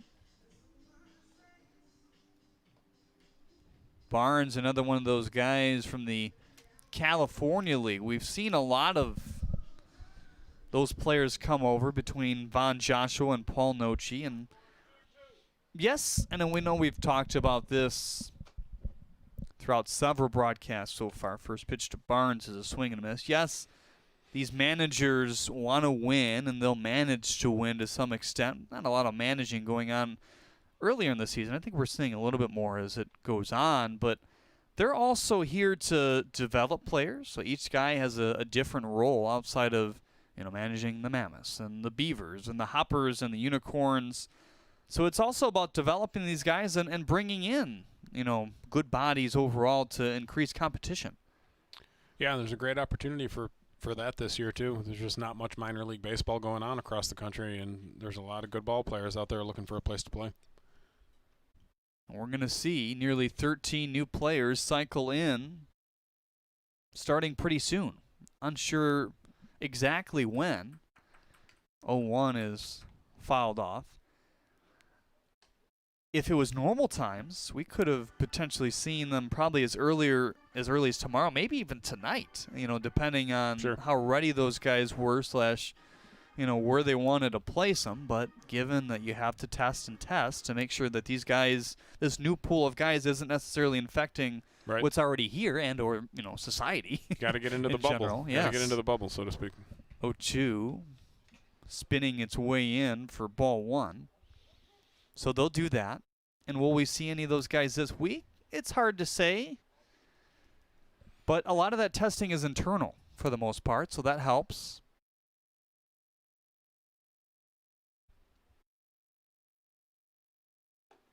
One, 2 outside at 79 with the slider.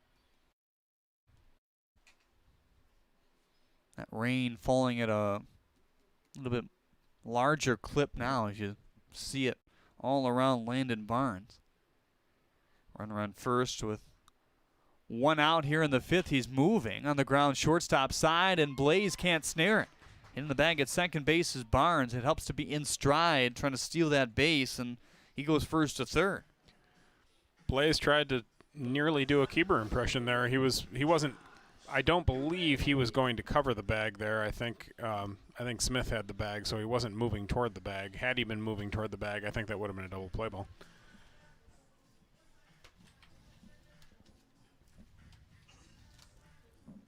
Josh Goulet has reached base via hit by pitch. He scored on that in the 4th and walked in the 1st. So boosting the on-base percentage, if nothing else, so far here today. Good opportunity here for the Mammoths to score. First pitch slider in at 79.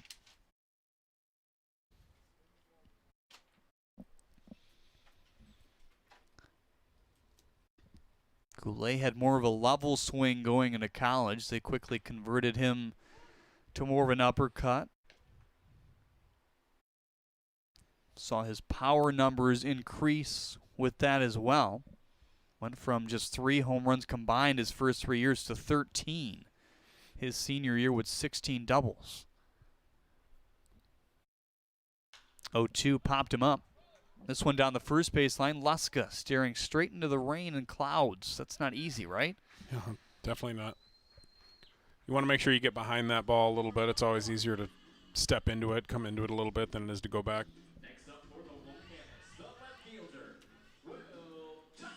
So early still for Will Johnson. We've yet to completely see him going like I think this Westside squad expects him to. Had a single back in the 4th inning and reached 3rd, and that inning where Dakar saw quite a few base runners. But hey, get 20 at-bats under your belt and see what this left fielder can do for you. I think he's going to be a plus for them. He's got good bat speed. Athletic.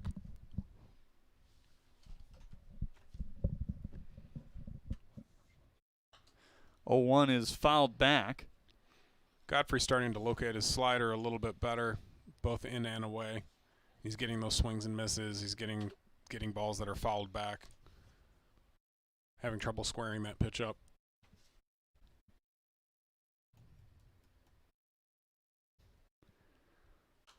Oh, 2 is fouled off. That one was left up a little bit. He got away with a bad pitch there. So already the 4th matchup between these two teams. The early part of this season, the first one was in the first week, July 3rd, a 1-0 Utica win. Now the 0-2 popped him up. Second baseman Smith is under it. Blaze is lurking as well, but it's Smith who catches it for out number 3. Really good job by Lonnie Godfrey, and he's starting to settle in, I think, to the USPBL. Leadoff fly out, pair of singles, put runners on 1st and 3rd as Keeber went from 1st to 3rd, but then back-to-back pop-outs sends us to break here in the 5th.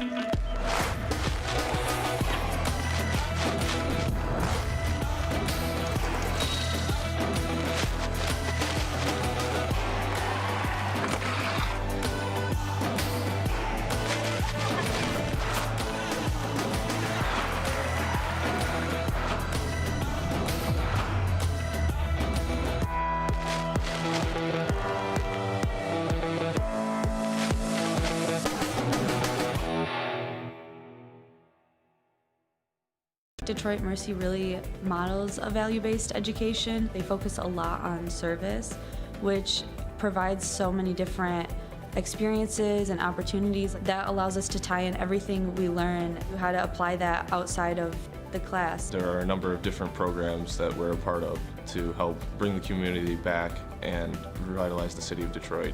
Doing service with the community really helps bring Detroit Mercy outside of the gates and to everyone. Detroit Mercy. Build a boundless future.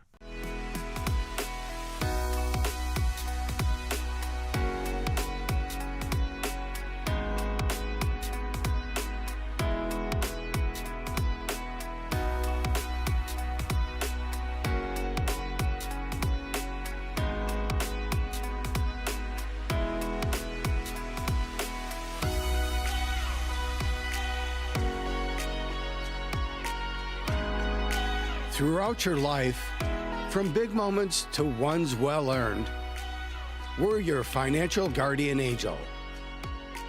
Alliance Catholic Credit Union.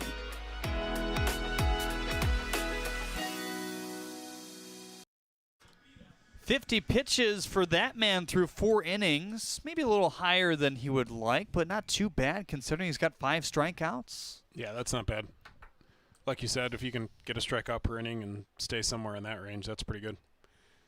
I think he went, I want to say his record so far this season was it 5 2/3? Was that his high so far? I think so. That would have been on the 22nd, yeah, versus the Diamond Hoppers. Just 2 hits given up there, 2 walks to 6 strikeouts. Releases that one outside. Smith, Hurt, and Blaze, your Zach Hart agency 3-men due up here in the 5th. Nobody in the pen right now. This is his inning. 69-mile-per-hour swing and a miss on the curveball. And we've seen that a little bit more as the game has gone on. It was the slider early. It's pretty effective for him. I mean, you're dropping down to 67, 68. That one for strike 3. That's 3 straight Ks going back to the 4th. Yeah, differential 89, 88 down to 69. It's a big difference. Even if you can see it coming, it's still a big difference. When a curveball is that slow, to some degree, you can kind of see it going up out of the pitcher's hand. But still, if your body is geared up for a 90-mile-an-hour fastball, that's going to be tough. Hurts that one 90 miles per hour to right field his last time up. And the Unicorns looked in prime position to get things going offensively against Jared Wright there, but Hurt forced the issue, tried to swipe the third base bag. Tagged out there. And in the end, only 4 batters faced by Wright in the third. This would definitely be a different game had he decided to stay at second base on that ball in the dirt, I think. Could be. Yeah, I mean, 1-run scores, you don't know where the psyche of the whole team goes after that point in a tight game. You never want to make the first out at third base, just as a general rule. Swung over that one at 87.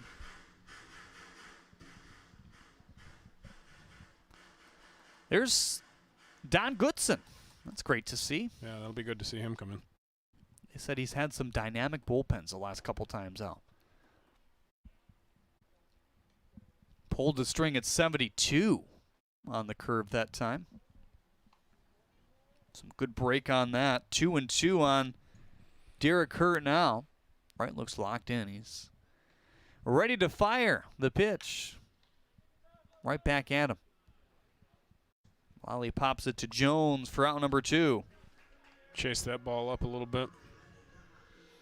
Now Malik Blaze, the last shot here in the 5th. He walked, stole a base back in the 3rd inning, was stranded because of back-to-back strikeouts by Wright. He's got 6 of them after he led off this 5th with a swinging strike 3. First pitch to Blaze up top at 89.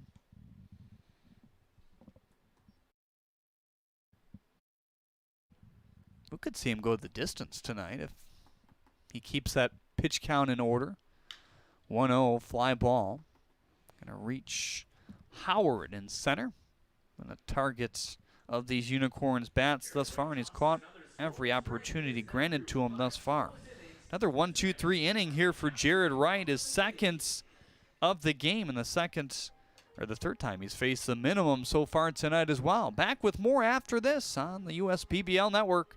The Weingarts family is honored to be celebrating 75 years of helping families like yours with your lawn equipment needs. While the equipment has changed, our grandfather's founding values and commitment to quality still drive our business. We carry top brands like Exmark, Toro, Honda, Cub Cadet, and more. See the full lineup at Weingarts.com. Whether it's new equipment, parts, or service, we work to earn your trust in each of our 6 locations. From our family to yours, thank you for letting us serve you. Weingarts,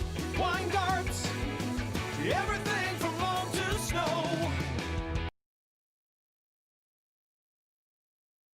Time to take a peek at the USPBL standings, brought to you by Scott's. The Unicorns, the class of the league in terms of record so far. But I tell you what, Dan, getting a peek at what the Beavers are going to have in terms of a roster, at least for the first few games they'll play this week. They got Weimer, once again, the Milwaukee product, and they got Xavier Warren again. So that lineup is looking pretty dangerous of late.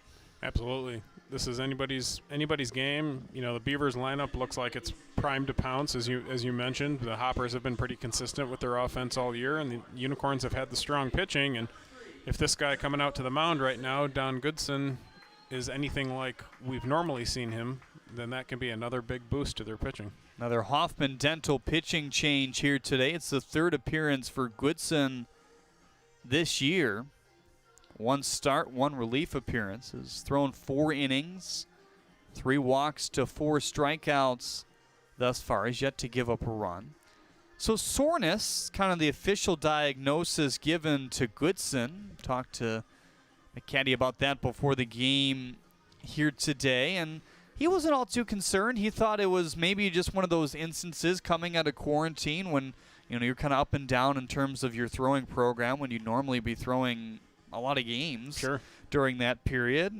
Him trying to stretch himself out, sometimes it happens. So he sits down for a little over a week, and he's good to go with a couple really solid bullpens. His last 2 out from what we hear. So we're looking forward to seeing him here today.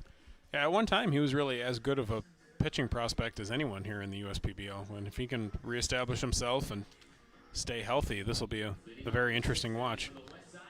Mostly fastball, changeup, curveball. He's messed around with the slider a little bit. A 5'11", 180-pound right-handed pitcher out of Detroit Mumford. He likes his changeup. That's a pitch that he feels is a big plus for him. I was trying to think if I can remember being around Todd Goodson while he was at Mumford. Dials the first one in at 93, which is a change of pace here. And I think I can.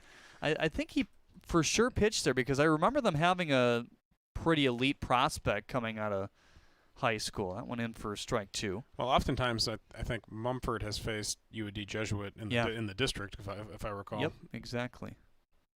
Usually UAD Jesuit runs away with that district pretty good, against the Detroit Public School League teams. But the Public School League teams do have a pretty good prospect or two on occasion, and it's very possible that you did see him. 1-2, breaks out the slider there. Just chopped on the ground. 90 innings last year in the USPBL. The red flag is the walk to strikeout, 66 walks to 64 Ks, but the caveat of 2.71 ERA, so a lot of those walks not scoring. Right.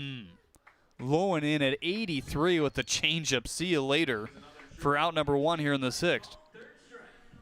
Tough day for Heffy.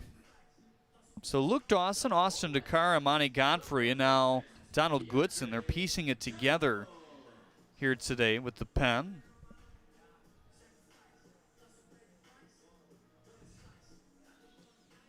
When you talk about converted guys, because he was a primary shortstop when he came to the USPBL, he tried out as a shortstop and an outfielder in the summer showcase back in 2018. And that raised an eye in that he threw a ball 95 miles an hour from the outfield. So they said, wait a minute, we're putting you on the mound. Yeah, why not? And he controlled 3 pitches solidly, and they said, from now on, you are a pitching prospect with an upside. The 0-1 is a swing and a miss, another changeup. A lot of upside. And those fine fans have picked up a ball. There you go. A little bit easier to do these days. You got a high probability if you're into running, I think, right? If you're willing to run, you got a great probability. 0-2 is inside at 93. Tell you what, if he's going to pitch out of the pen regularly, we're probably going to see him light up the radar gun a little bit. And for the short term, that is what they're looking to do with him until they feel he can officially stretch back out a little bit more. 1-2, chopped on the ground to the shortstop Blaze. Had a little trouble figuring out how to attack that ball, and it's going to cost Goodson a base runner here. Yeah, he chopped that one into the ground and got out of the box pretty good and got a little bit lucky there with an infield hit. So 1 on and 1 out. Here's Josh Wright now. K12 and K13 on his season in innings 2 and 4. And at bats against Dawson and Austin Dakar. That one roped but foul. And I think lost in all these relievers a little bit is going to be the great opener, quote-unquote, start that Luke Dawson had here today. He had a great slider he did a good going job in those 3 innings. Definitely. Runner moving, the 0-1, swing and a miss, throw down to second base, in time, the tag. Not quite, as Keandre Jones able to swipe it back. Another TCF Bank stolen base. Yeah, the Unicorns' pitching effort is going to be lost overall if they can't find a way to get something going offensively today.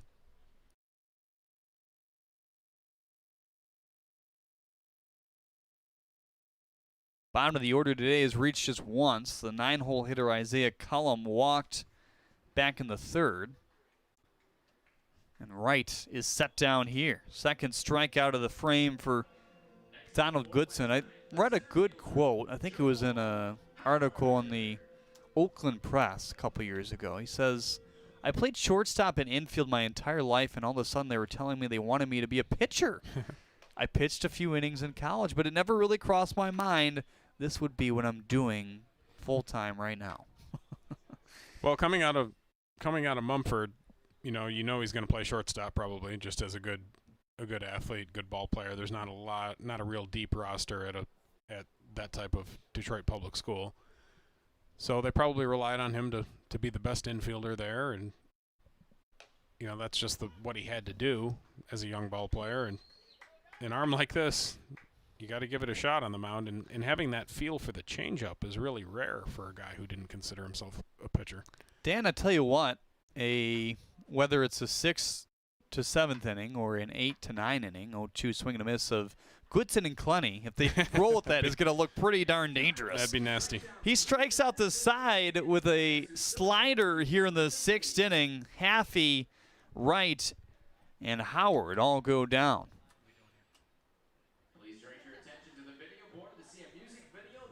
Back with more after this on the USPBL Network. They called it the 1,000-year flood. They were having homes and businesses flooded, and roads were being washed out. My entire house is going to be flooded. Okay, do you have a second story? A lot of fear that we were going to lose a lot of people. When we heard the police station was flooded, we immediately gave them our command center to operate out of. Balfour was our savior. Sheldon and his team restored 25 of our businesses and more than 1,500 residences. At Balfour, we're restoring more than property. With Equinox from your Metro Detroit Chevy dealers, the sky isn't the limit.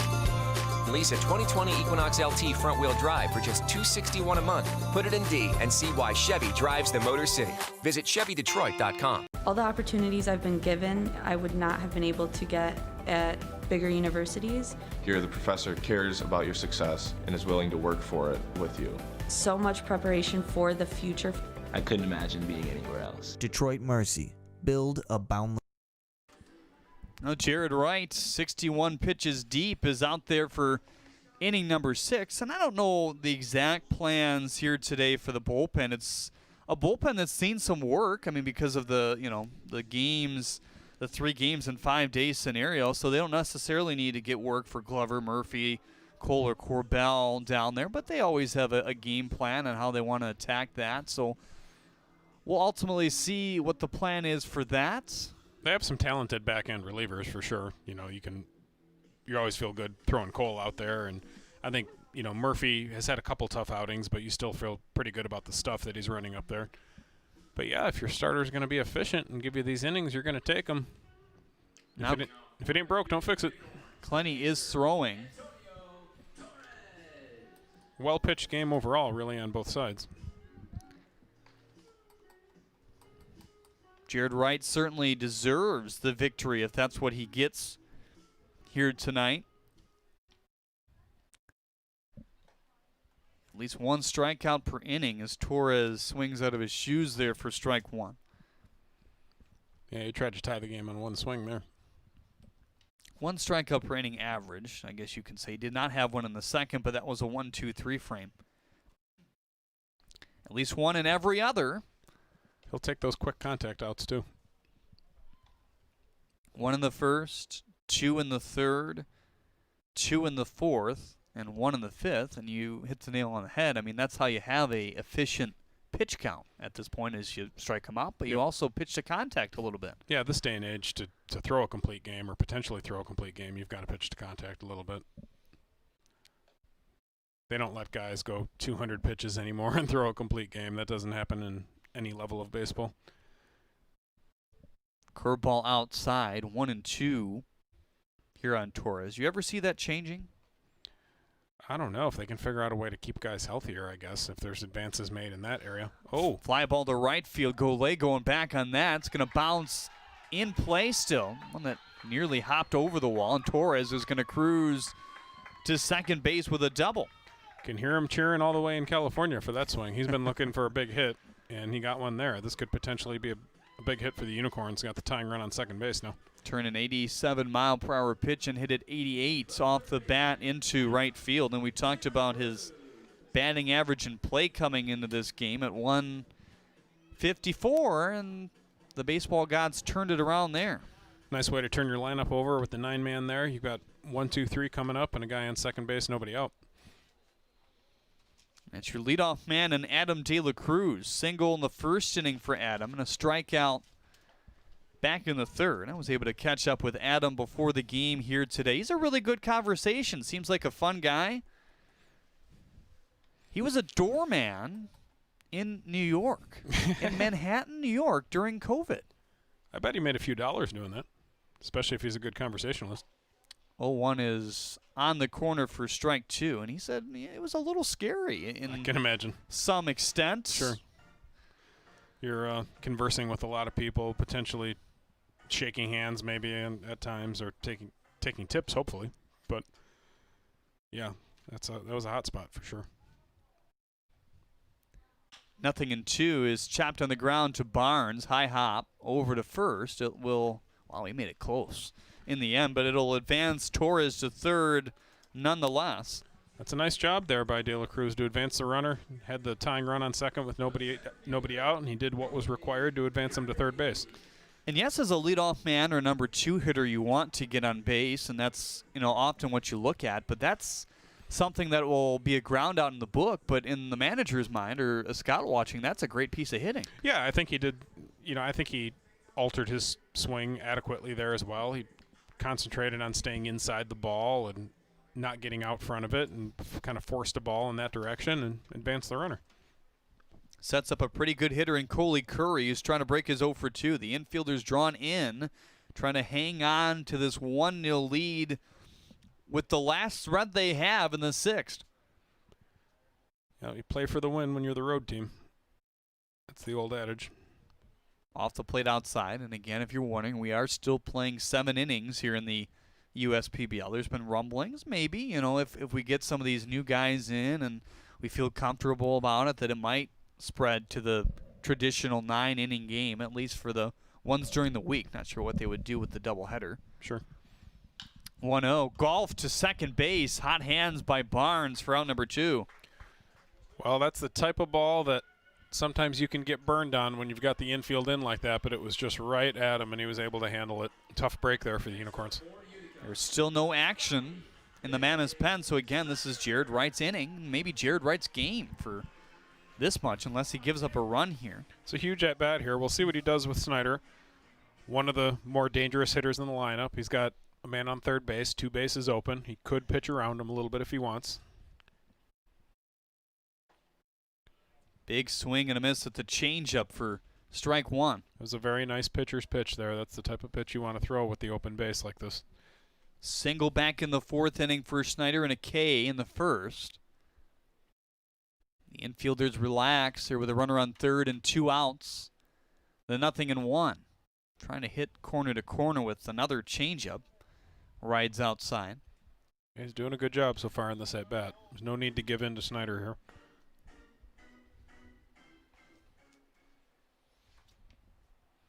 Don't want to just put him on free necessarily, but no need to give in either. 1-1. Ooh, good rip on it.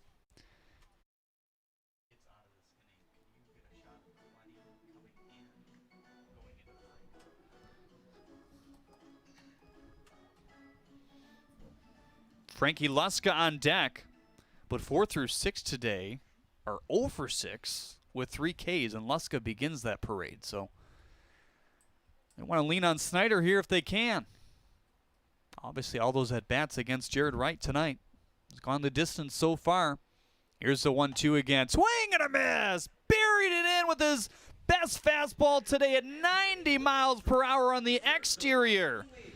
Leadoff double stranded thanks to the ticket to the dugout by Schneider here. Nolan Clenny, the flamethrower on his own right, coming in after this.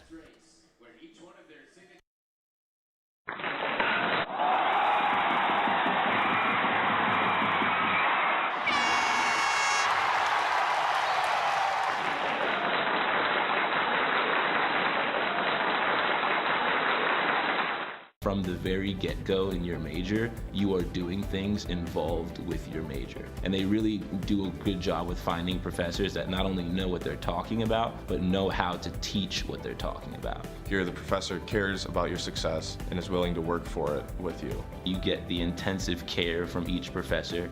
You get the interactions with different students both in and outside of your major. There's always something happening on campus. There's always something to do. Go visit campus and really experience everything that campus has to offer. Once you do that, it makes up your mind for you. Detroit Mercy. Build a boundless future.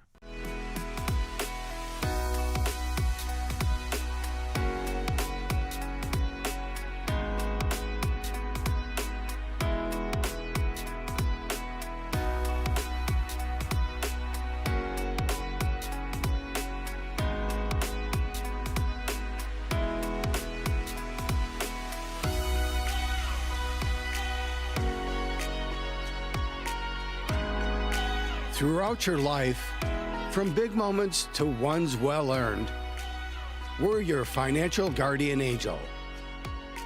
Alliance Catholic Credit Union.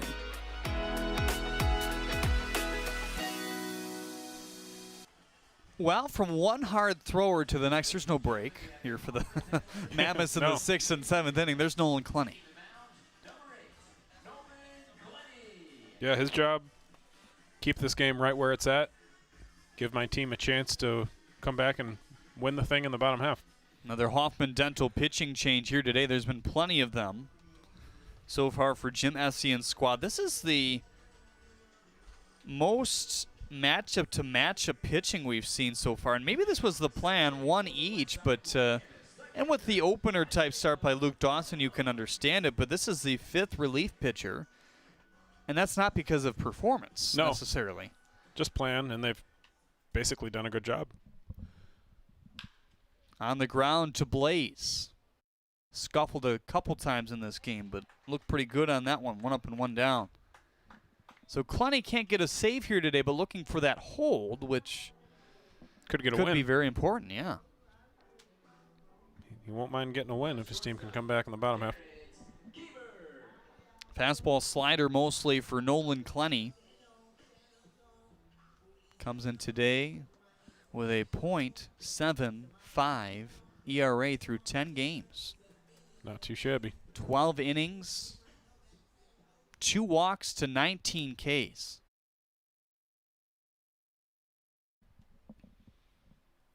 First pitch to Keeber, in for strike one. Also talked to your pitching coordinator here in the USPBL about Clenny. And Shane says, you know, from where he was last year around this time, it's almost night and day to what he's doing right now. I mean, he's on point, literally. I mean, changes to the delivery, and yes, they were tweaks, but he said tweaks, I mean, can be a big thing for a pitcher or a hitter. Sure. And he handled it great. I mean, he took those tweaks and ran with them. We saw it with Jared Wright in his last start. We talked off air in the break. He looks night and day in terms of his last start to this one. Kind of maybe pushing aside some of those things and just trying to go off mental memory with some of those mechanical adjustments. 2-1 is flubbed over the outstretched glove of Smith and poked into right for a one-out single here in the 7th.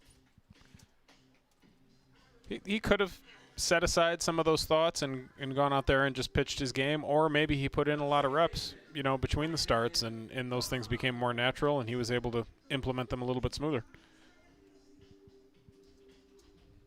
Here's Landon Barnes trying to add some insurance.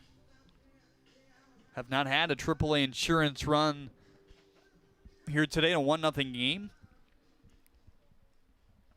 1 run off 5 hits and no errors for the Mammoths. No runs off 4 hits and 1 error for the Unicorns thus far. Runner in motion. This one outside. Throw down to second base. On the dime and out of there. Smith erases the potential steal by Garrett Keeber for out number 2. It was a great throw. It was close. It was awfully close. Thought maybe he might have got a hand in there, but very close nonetheless. Great throw. So the base is clear. And a 1-0 count now to Landon Barnes, trying to add to his 1-for-3 day. Had a single back in the 5th, pair of strikeouts before that. Zinged in at 93 and lifted foul. So a heavy dose of 93, 94 from Donald Goodson, and now Nolan Clenny in innings 6 and 7. And I'm wondering, could we see that going forward? I know in the foreseeable future that'll probably be what it is for Donald Goodson. That would be a nasty setup close combination for sure. Put that together with the fact that they've had pretty good starting pitching, and Unicorns aren't likely to let go of first place anytime soon. I think if they, if Goodson isn't a starter, I think the idea originally was to make him a starter. If he's not a starter, then they may need one more guy to step up there. Which, in this group of guys that just tried out today, there's 2 of which who threw 94 and plus. Right. So that's a positive sign. We look forward to meeting some of those guys on the field in the coming week or so, we'd guess. 2-2, jammed him inside at 91. Check swing, he did not go. Great job by Barnes to hold up, because you're not doing much with that pitch. You're going to break her bat at most, probably. Right. Everybody back. In the infield, certainly. In the outfield, spread out gap to gap with the 3-2 count to Barnes. The pitch in there for strike 3. The slider snapped out for the first strikeout for Nolan Clenny.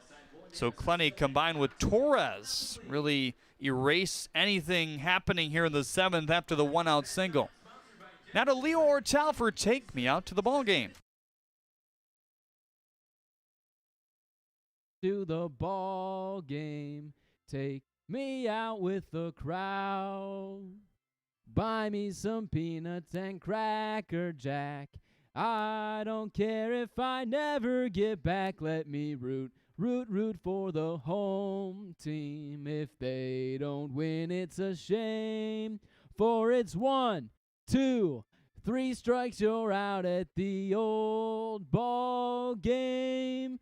Thank you, fans, for participating in the 7th inning stretch.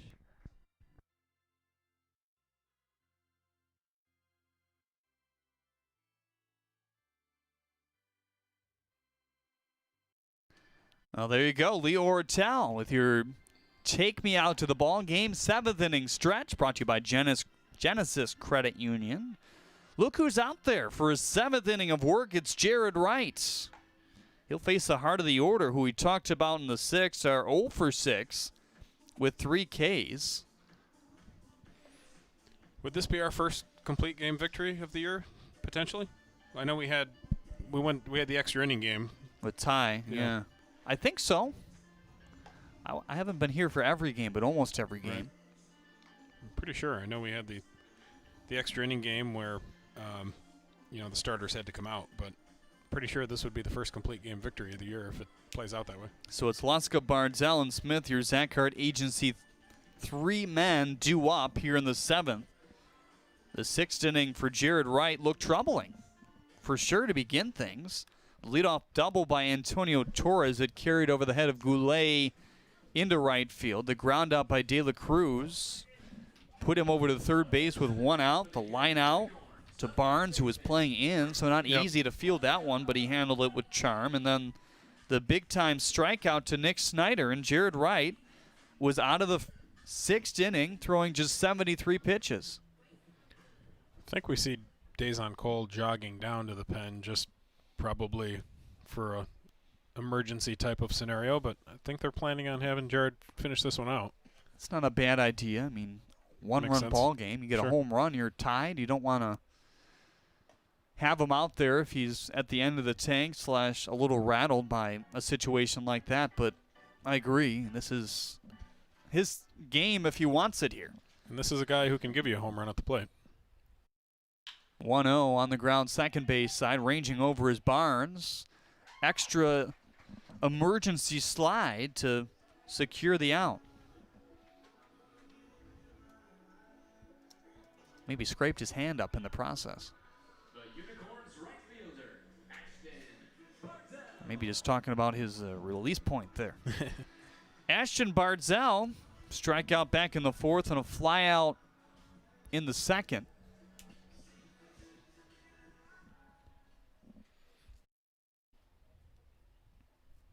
This is a guy who, if he hits it, gets on top of it pretty well. We see him tag one at 107 over the weekend.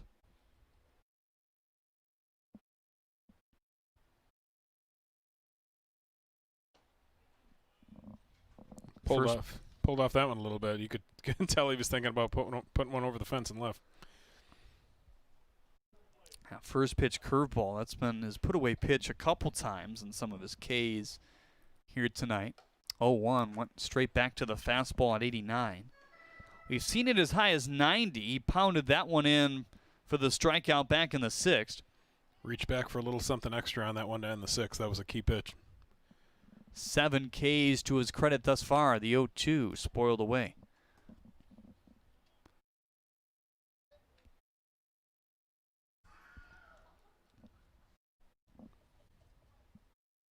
So 0-2 on Ashton Bardzell. 1 up and 1 down in the seventh against your original starter. 0-2 off the plate outside. You see one of our fine sponsors, Alliance Catholic Credit Union, on the screen here in the bottom of the seventh inning. We'll have Catholic Night, virtual Catholic Night here at the ballpark on Friday. So tune in for that. 1-2 high and away at 88. I would say that's in your wheelhouse. Yeah. Coming from... I know those guys pretty well at Alliance Catholic. Great group. 2-2 curveball. Pulled the string for strike number 3. He's locked in right now. Sure is. He wants to finish this one himself. Here's Jalen Smith. Same results for him in the same order as Ashton Bardzell, just an at-bat in the fifth instead of the fourth. Fly out in the second and a strikeout in the fifth. Wright working quickly. This one popped up down the right field line. Jones is over, and he runs out of foul territory there.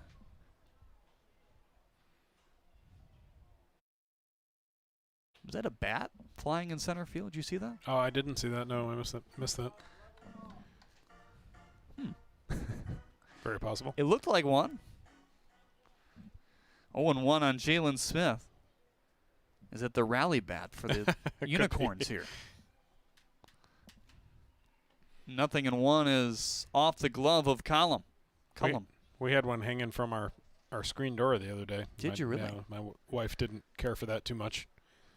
I woke up to a bat in my room one time. Oh, boy. Is that at college or? No, just at my house, at my parents' house. Really?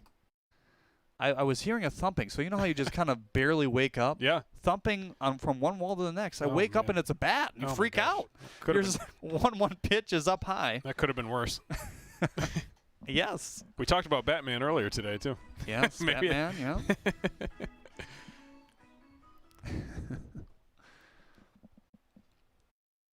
Here's the 2-1. Little liner to right center field. Goulet chasing that. It's going to hang up for out number 3 in Jared Wright. Able to stamp a great victory for his squad here tonight. It's his second consecutive 1-0 victory for them. But what a performance here today after an outing when he only went 4 and struggled to get through the first inning, giving up 4 runs. Today, a complete game shutout. Yeah, he's got to feel great about his outing today. You know, chances are he worked on certain things between starts, and obviously it paid off here. Things mechanical and probably mental as well, you know, after having a tough start to that one. And what a terrific outing. Mammoths still not on it with the bats quite yet, but they got the starting pitching they needed for another victory today. Alan Peralt says this would be the second complete game win. Garrett Chrisman had a complete game win earlier this year. So thanks, Alan, for reminding us that on our YouTube chat. We will talk to Jared on our United Shore Media desk and our Auto Lab postgame show when we get back here on the USPBL Network. Stick with us for that.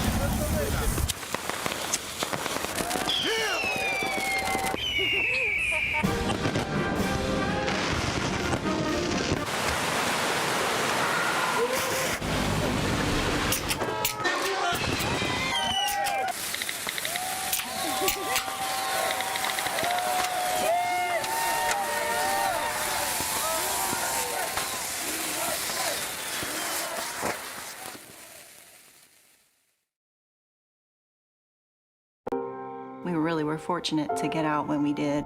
Losing our family photos, our wedding pictures, can't replace it. Can you imagine losing everything you've got?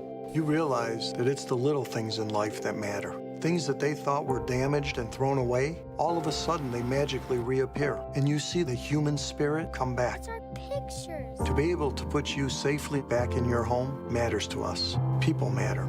People count. At Belfour, we're restoring more than property.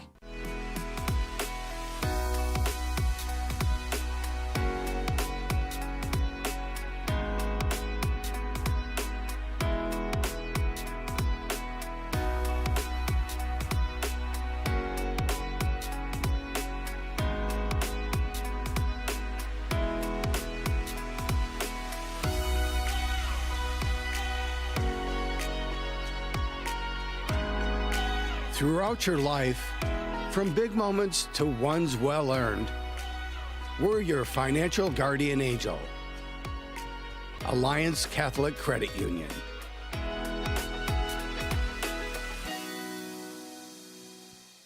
First State Bank is a locally owned and operated business. We're part of your community. At fsbcares.com, you'll find ways that we're making a difference by featuring locally owned and operated businesses, providing access to helpful financial resources, and engaging with community. FSBcares.com is part of our commitment to the neighborhood because strong neighbors mean stronger communities. Where good neighbors do great things. Member FDIC and Equal Housing Lender.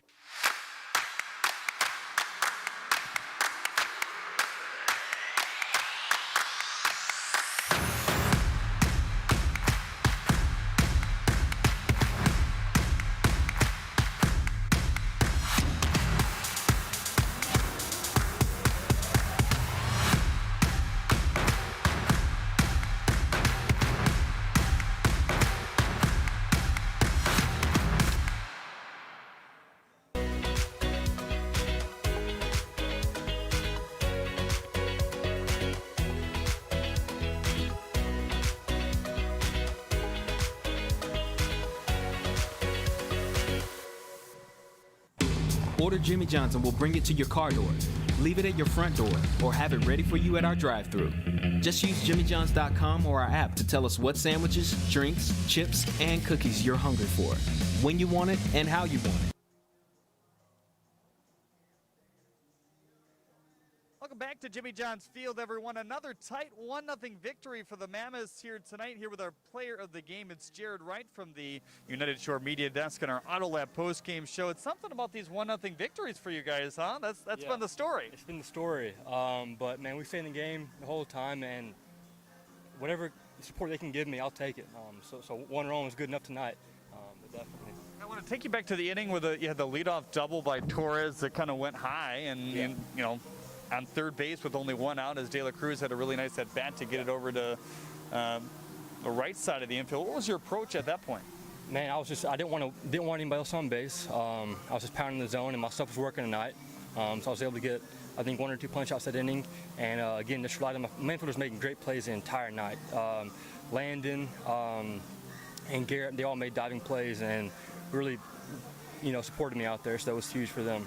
I want to talk about the off-speed, the breaking ball for you here today, the slider and the curveball really working. I mean, the curveball kind of turned on at the end of the game as well. Definitely. Yeah, the past 4 or 5 games, I've been heavy a slider or a curveball, and tonight I threw everything real well and mixed them both in, and I guess kept them off balance the entire game. So definitely. Talk about the man you went out with, kind of served as an opener here today. 3 innings pitched for Luke Dawson, a newcomer of sorts to the league this year. Pitched a little bit last year, but that slider looked really good tonight for him too. Yeah, I was just talking about him. I was like, man, I was impressed. I feel like the new guys they either shove or they get shelled in a way. But he came out and he threw really well. I was surprised and proud of him, and that's a good welcome for him to this. And just the culture of this league alone, you're cheering for everybody. I mean, once you're on the field, it's competitor nature, but happy for him too. So we talked on the phone today before tonight's game, and we kind of talked about that all throughout the broadcast. If you want to kind of recap some of that progress, but all kinds of mechanical tweaks going into last game for you kind of got to you a little bit. 3rd time in a row you faced the Hoppers as well. Just talk about your mental approach this game compared to last. Yeah, so last weekend I tried to make a lot of the changes and a lot of adjustments real quick, and everything they're teaching me is great. The DVS program, Justin, Allen, Shane, like it's incredible information, but I was trying to do it all at once, and truth be told, like when it's game time, you just kind of turn your brain off and you just pitch, and I wasn't doing that. This game, I made sure to do that. I didn't think, I just trusted myself, trusted my fielders, and went out there and competed. Pitching one today for both of these two squads. You saw the bullpen kind of shut it down on the other side for the Unicorns as well. Tell you what, if they pitch Goodson and Clunny 7, 8, 8, 9, whatever it might be, if we go to 9 innings, that's a pretty effective combo. Yeah, man, props to them. Like their guys, again, they had 3 or 4 guys go out there and they shoved and held our guys, but our guys gave enough to get a run or 2 on the board, and again, like my fielders backed me up, and thanks to them, I'm here, so definitely. Jared, thanks so much for stopping by. Congrats on the, Okay. 2 weeks ago, I shouted my dad out. This weekend, I want to shout my mom out. Biggest encourager, love her to death, and without her, I wouldn't be here. So I got to make sure to throw that in there. Love you, Mom. Well, we thank you for watching as well. I think they've been pretty, valiant listeners and watchers to the broadcast as well. This is Jared Wright. He pitches 7 innings here tonight. Complete game victory for the Mammoths, who win 1-0. Back with more baseball tomorrow on the USPBL Network, starting at 6:50 on Facebook and YouTube. Tune in there. Are we good? Just keep looking. Should be. All right.